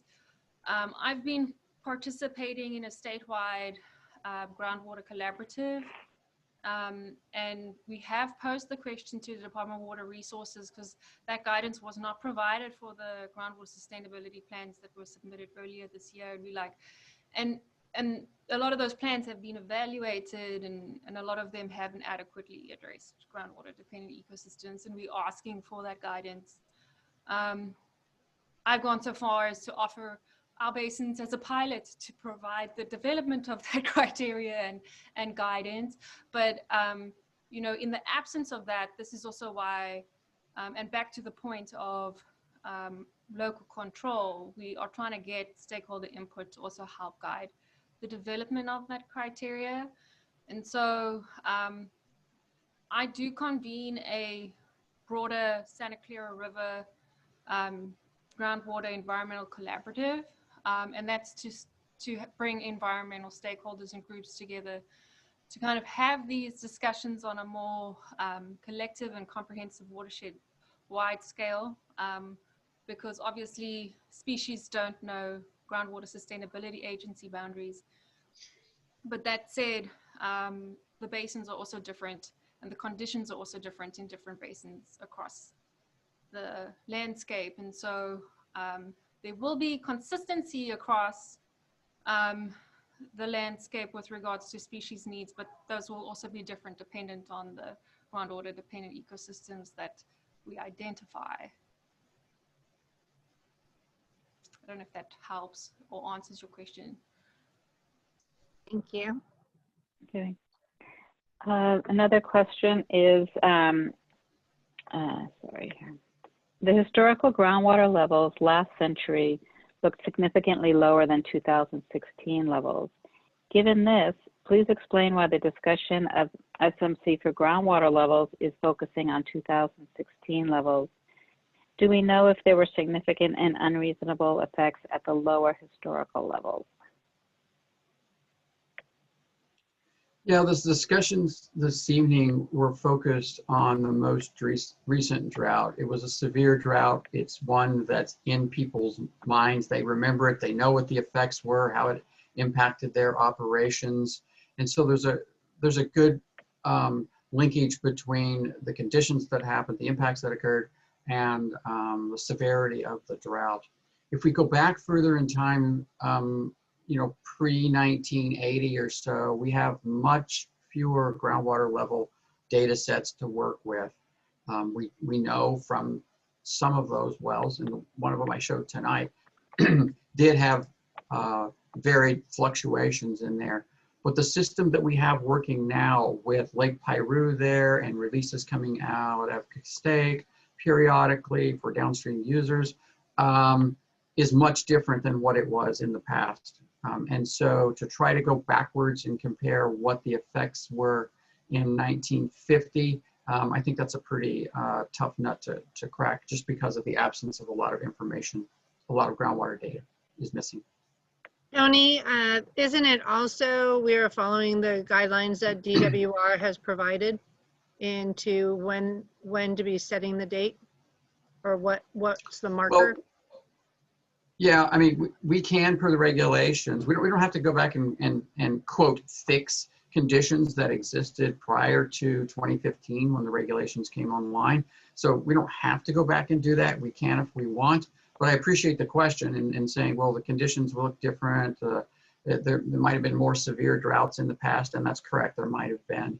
But the amount of data we have to quantify that isn't as extensive as I would like to have for this kind of planning effort. And the system that we're dealing with, again, the presence of Lake Piru and its operations, as well as upstream effluent coming down from Santa Clarita area, that puts a different spin on the hydrology of these two basins. My only comment was meaning the fact that we are following that. We could go way back to 150 years, but there's actual markers in which the DWR has specified for us. So we're following those guidelines is what I was trying to get at. Okay. So the last thing here is, will these two basins always be done during the same workshop, or at some point will they be done separately? I believe they will each have their own GSP, meaning the Piru and Fillmore Basin. And yes, they will each have their own GSP, and the way we've planned these workshops is to have them together until the point where a separate GSP is written for each, and then we would likely have a separate workshop for each. But we're happy to take any input and suggestions if you feel that we might want to separate them earlier for any other reasons. So I think that's it. This was really helpful. I'm glad we got a little more discussion on these. And again, please feel free to give us further input and comments as we, oh, do we get one more? Oh, a big howdy. Debbie, Yeah. Ed, and Gordon. Thanks. Yeah, as we proceed. So, Hand raised for a comment. oh, sorry, I wasn't sure it just wasn't put down from before. Go ahead, Ed. There was a question earlier about rainwater collection, and I just wanted to mention that both of the basins benefit from a really amazing facility for collecting rainwater, and that's the Santa Felicia Dam in Lake Piru. So we have a very unusual situation in that way. When rainwater is collected, other water is collected, released, and we benefit from it. So keep that in mind too. Super. Okay, with that, I feel like we're ready to, oh, there's one more question in the Q&A. Oh, just a thing to you, Larry. Okay, great. I think we're ready to move on to the financial budget and schedule update unless anybody else has anything else. Lisa, I believe there was one question in the chat that maybe we didn't address. Oh, thanks. Which one? We had the suggesting adding water availability of riparian forest. There's a second part maybe I didn't get to. Sustainability of any known historic flow levels of streams, including during wet and dry season. Was that the one? Yeah, that was the one. I think there was an addition to it. So I don't know if we need Yeah, to thank go you. back or not.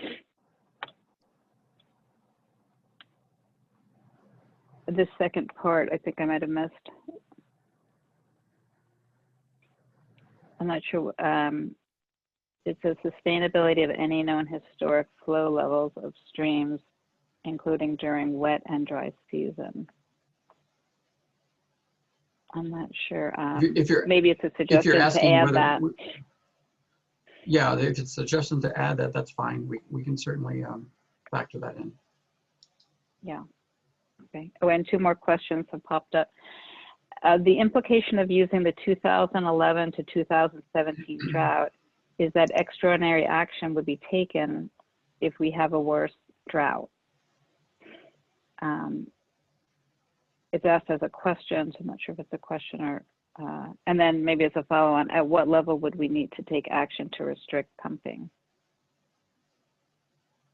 Okay, so the implication of using the most current drought, that's merely to show you what the effects were of that drought. That's all. And so the idea is that you went through a pretty rough drought there.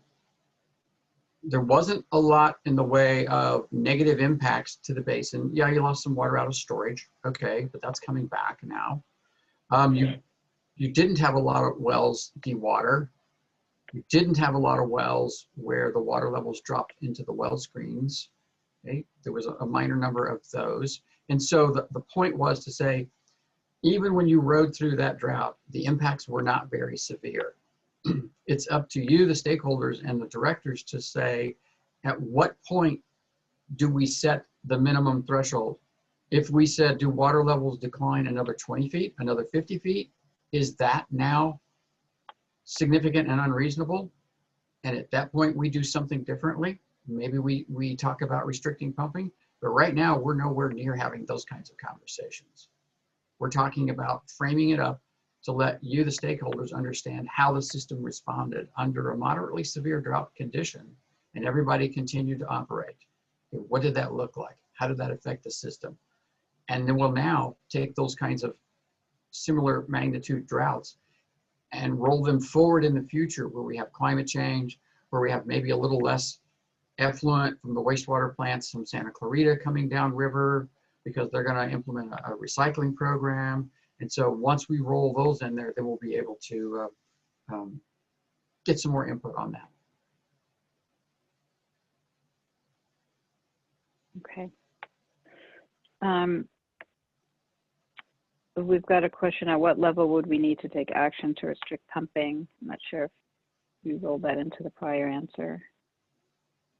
Yeah, it's basically, that's not a decision that we've made. It's one that the stakeholders and the directors get to make. Your technical staff will help you decide what those impacts might look like. But right now, we're not talking about that at all. We're trying to get our hands around undesirable results and what a minimum threshold might look like. Okay, great. Thank you so much. I think we're ready to move on to financial budget and schedule update. Can I just ask one more thing? I know these criterias can be very intimidating to some. And Tony, when would we ever be updating this once the plan is set and we have our 2 groundwater sustainable plans submitted to DWR? They have 2 years to approve it, but would we ever modify these criteria? We can, of course. You can do it in your 5-year update, but if there's something compelling that happens between those 5-year updates, you can take it upon yourself to say, no, this is a significant enough change in our conditions in the basin. We want to do an update in year 3 instead of year 5. We need to get started and get something changed. So yes, you can do changes. These are not cast in stone forever. They are meant to be, I hate the phrase living documents, but that's because it's overused so much, but that's what these are. Your plans are going to evolve, and some people say mutate as they go along and become better refined as more information becomes available and you understand what those future conditions really are. Again, we're buffing up the crystal ball and looking out 50 years. And so once we actually have 5 years under our belt of that 50, well, we have a little bit more information with which to fine tune the GSP. Thank you very much. I just wanted to make sure for everyone as we do this that we are moving together and it is a fluid motion. So thank you. So next up would be Tony Emmerich with the financial budget and schedule update. Tony, oh, he's doing it. Let's see.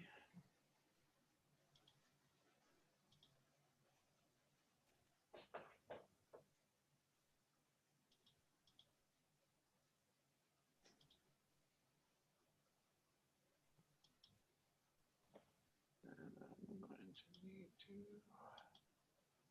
share my screen.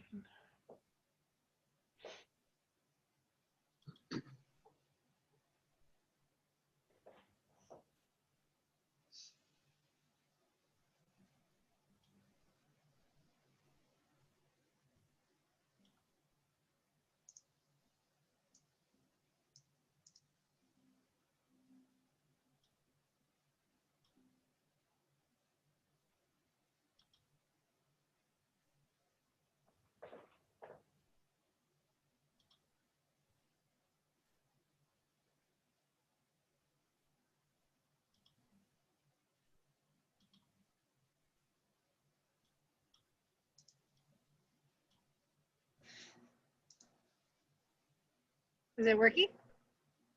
I'm having a little trouble there. Can Zach help you?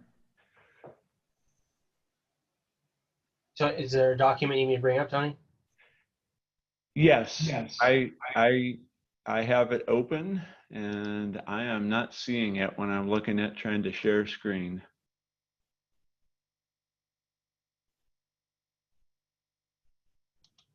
Maybe just share like a screen 1 or screen 2 and just bring it up on it afterwards. It'll hide all of the Zoom stuff.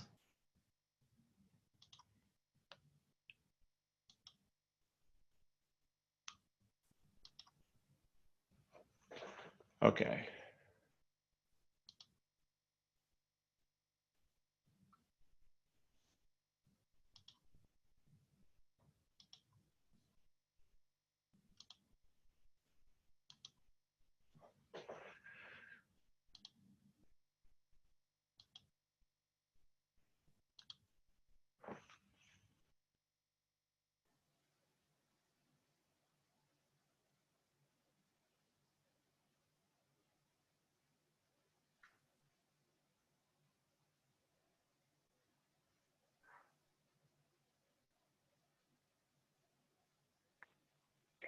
Perhaps maybe we could switch and have Tony Morgan go over the project schedule while Tony Emmert's working on getting his presentation materials up.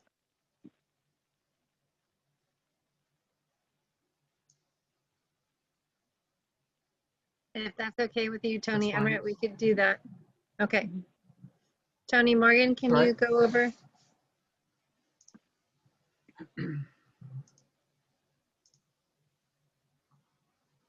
All right, momentarily you should see a screen pop up. Yes. All right, so here's a project timeline for development of the groundwater sustainability plan. And it starts here in August and goes all the way out to the filing of the GSP in January 2022. And it actually could extend further to the left off the screen to show the previous work, but I truncated it just so it fits on the slide better. And so a lot of GSP analyses and things like that have been going on. So the major big deadlines that are coming up is a draft administrative GSP in the February timeframe, the public review draft GSP in the May timeframe, a final, draft final to the board for their consideration of adoption in October, and that it being on the agenda for possible adoption in the November timeframe. So there's various workshops and things that go on. There's an opportunity here for stakeholder workshop on the GSP, the draft, public draft GSP. All these entries here in purple are TMs for technical memos on subsidence or water budget or GDEs or the monitoring program and data gaps analysis document, groundwater model documentation, etc. Those things are all going on and underway. Here we are today. So we can see groundwater model validation going on, future conditions modeling going on there. And so when Director Pace said that we do have a short fuse to get some of these SMCs nailed down, he's totally correct. We need to get those done so that we can do the analysis, so that we can do the modeling with those SMCs in mind and be able to pull it all together in time to integrate it into the administrative draft for the board's review. So there's a lot of things going on right now, and the sooner we can get the SMCs built into a package to get started with the analyses, the better off I will feel in meeting the schedule of getting the admin draft in February. We can always go through establishing our SMCs right now, do some analysis, do some modeling, look at the results. I think I said earlier, if we've been too conservative or too loose on some MT, we can adjust it, rerun the model, and adjust accordingly. But until we get that initial set of indicators with their undesirable results and metrics and MTs and all that thought through and ready to go for the first trial, we're gonna run into a time crunch in the not too distant future. So what I'm asking is for stakeholders, if you've got ideas, we're all ears. We're listening. Just feed us whatever kind of information, whatever thoughts you have, anything you've got to say, we will take seriously and look at it and see how it might fit into the overall program. Understand, we're not making the final decision. The ad hoc committee is not making the final decision. It's going to go to the full board, and obviously stakeholders have input along the way, excuse me, in what those sustainable management criteria will look like. So I just wanted you to see this schedule and understand that there's a lot of activity going on right now between the consultant team and United's modeling efforts, and it's all focal pointed on coming together for an admin draft of the GSP in the February timeframe. That's the most immediate major deadline.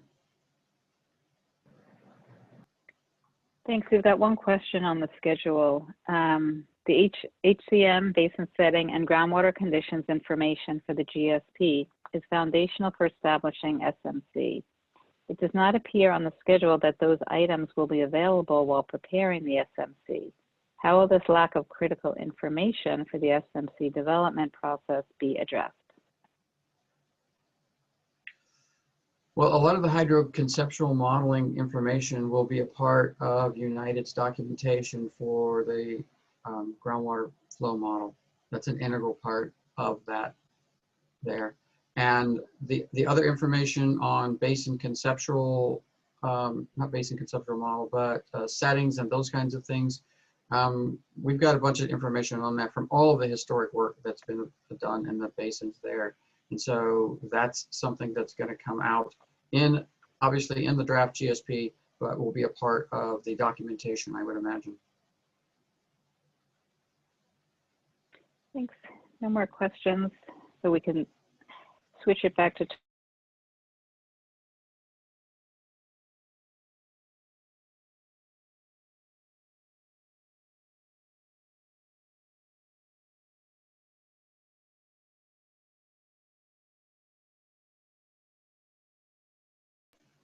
There we go.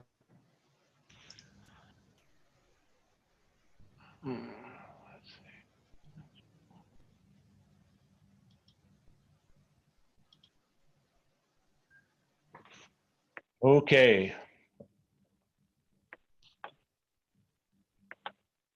So, let's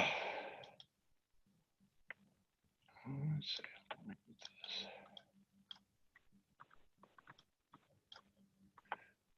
All right. Since I Sir, lost, yes. we got the display flipped with the notes view. So if you look at there, you got display settings drop down right Yeah. there. Switch that for us.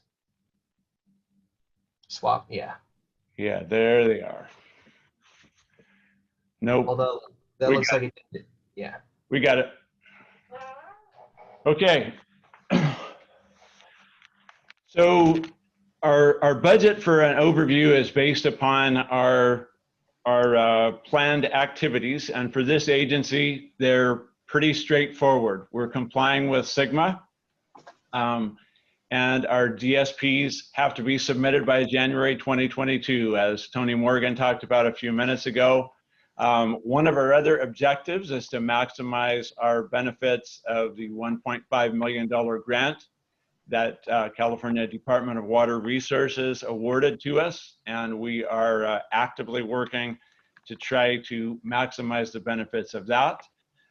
We have also been working to maximize the in-kind services that United Water has provided through its technical group, in particular the expansion of the regional groundwater model to the upstream basins, and that's moving along.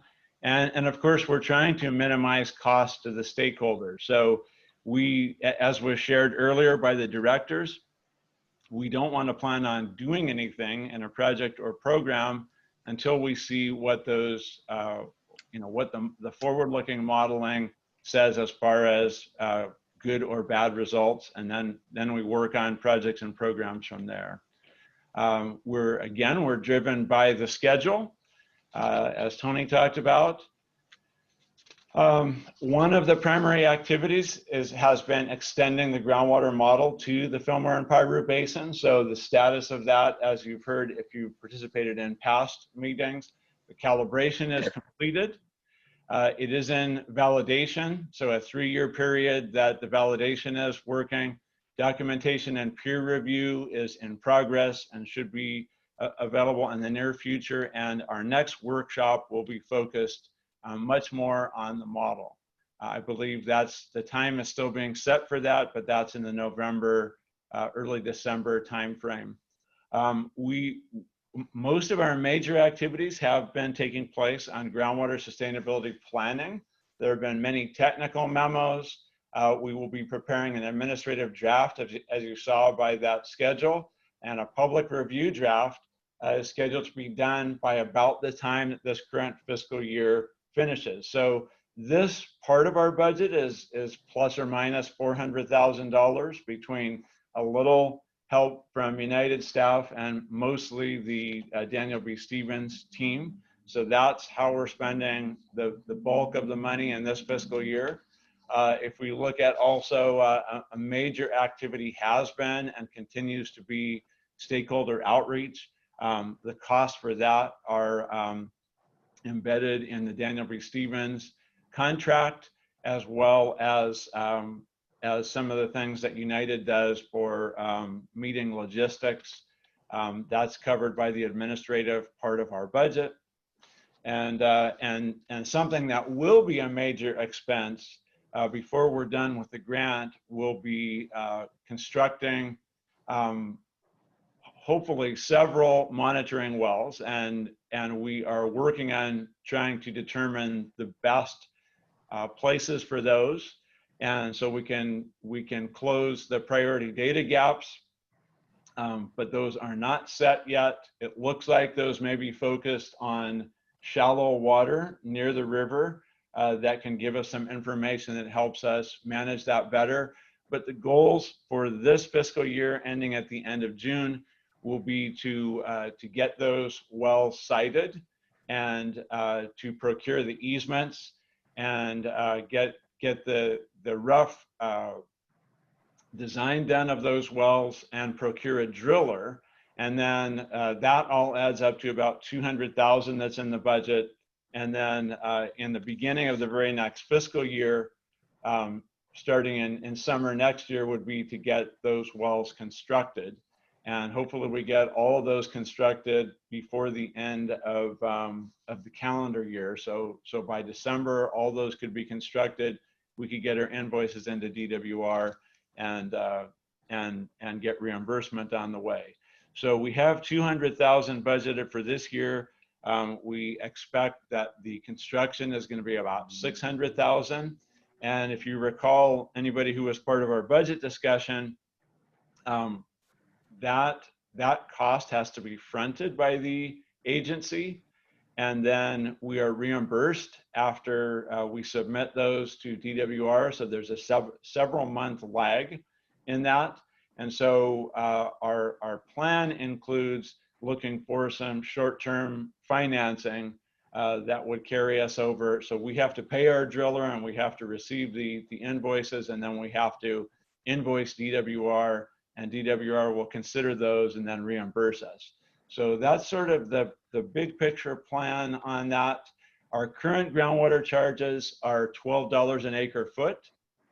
The proposed fiscal year 21-22 is to remain at that level.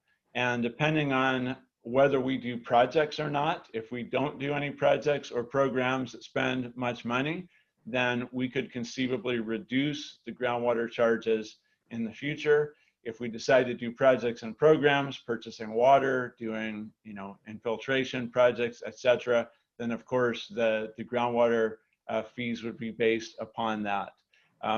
The overall budget for the agency is about 1.2 million for the fiscal year. Roughly half of that is groundwater charges, and about half of that is reimbursements from the $1.5 million grant from DWR. And I think that's probably about it.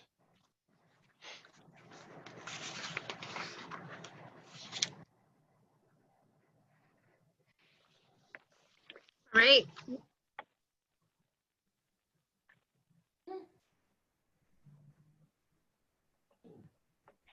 Thank you, Tony, for covering that. We felt it was very important as a board that even though our stakeholder engagement is about our sustainable management criteria, it's always important for us to be reviewing the budget and what our next steps are. We want to make sure all of you stakeholders are engaged and know what's going on. We invite you to all of our board meetings and our workshops. We all are also available on email and through our website, which is the FPBGSA.org. With that, so those will be our next steps. We'll be working on this criteria. Our subcommittee will be working on it again, and we'll be bringing it back to our board meetings. So that is what we'll be doing. We do have another poll we would like for you to participate in. And I didn't see any questions, so I'm going to give that to Lisa to do. And also, Ed McFadden would still be on the video, but his internet dropped him. So he's on voice only right now. So go ahead, Lisa. Okay, thanks. Chair Long. So as we leave this meeting, we're just asked if you would participate in the poll that Zach is going to put up now. It's just for purposes of us being able to approve these workshops so that they meet your needs. And we're not going to put up the summary, so we just invite you to fill out the poll. And thank you again for coming. And just to also mention, this poll is anonymous. And please feel free to give us any additional comments or suggestions about this workshop via email as well. So have a good night. Thank you, everybody.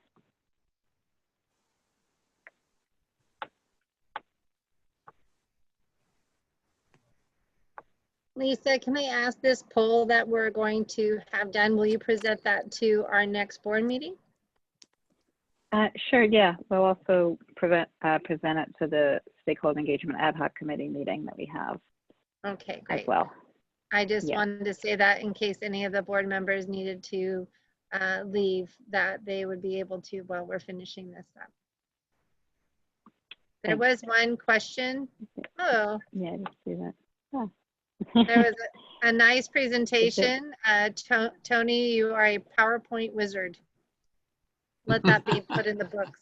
Yes, thank you, Tony, for all your prep before the meeting, and Lisa and Tony and everyone.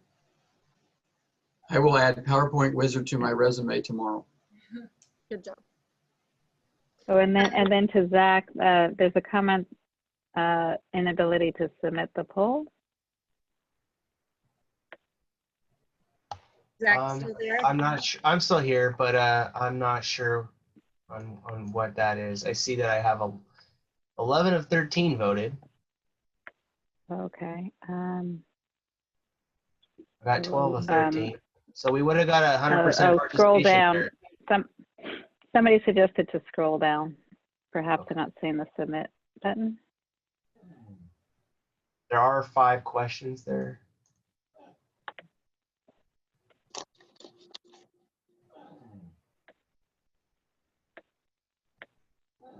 Well, there we go. They must have got it. We got 13 of 13 there. Okay. Okay, super. Thank you, everybody. Have a nice night. Yes. Thank you. All right. Have a good night. Thank you. Good night. Good night.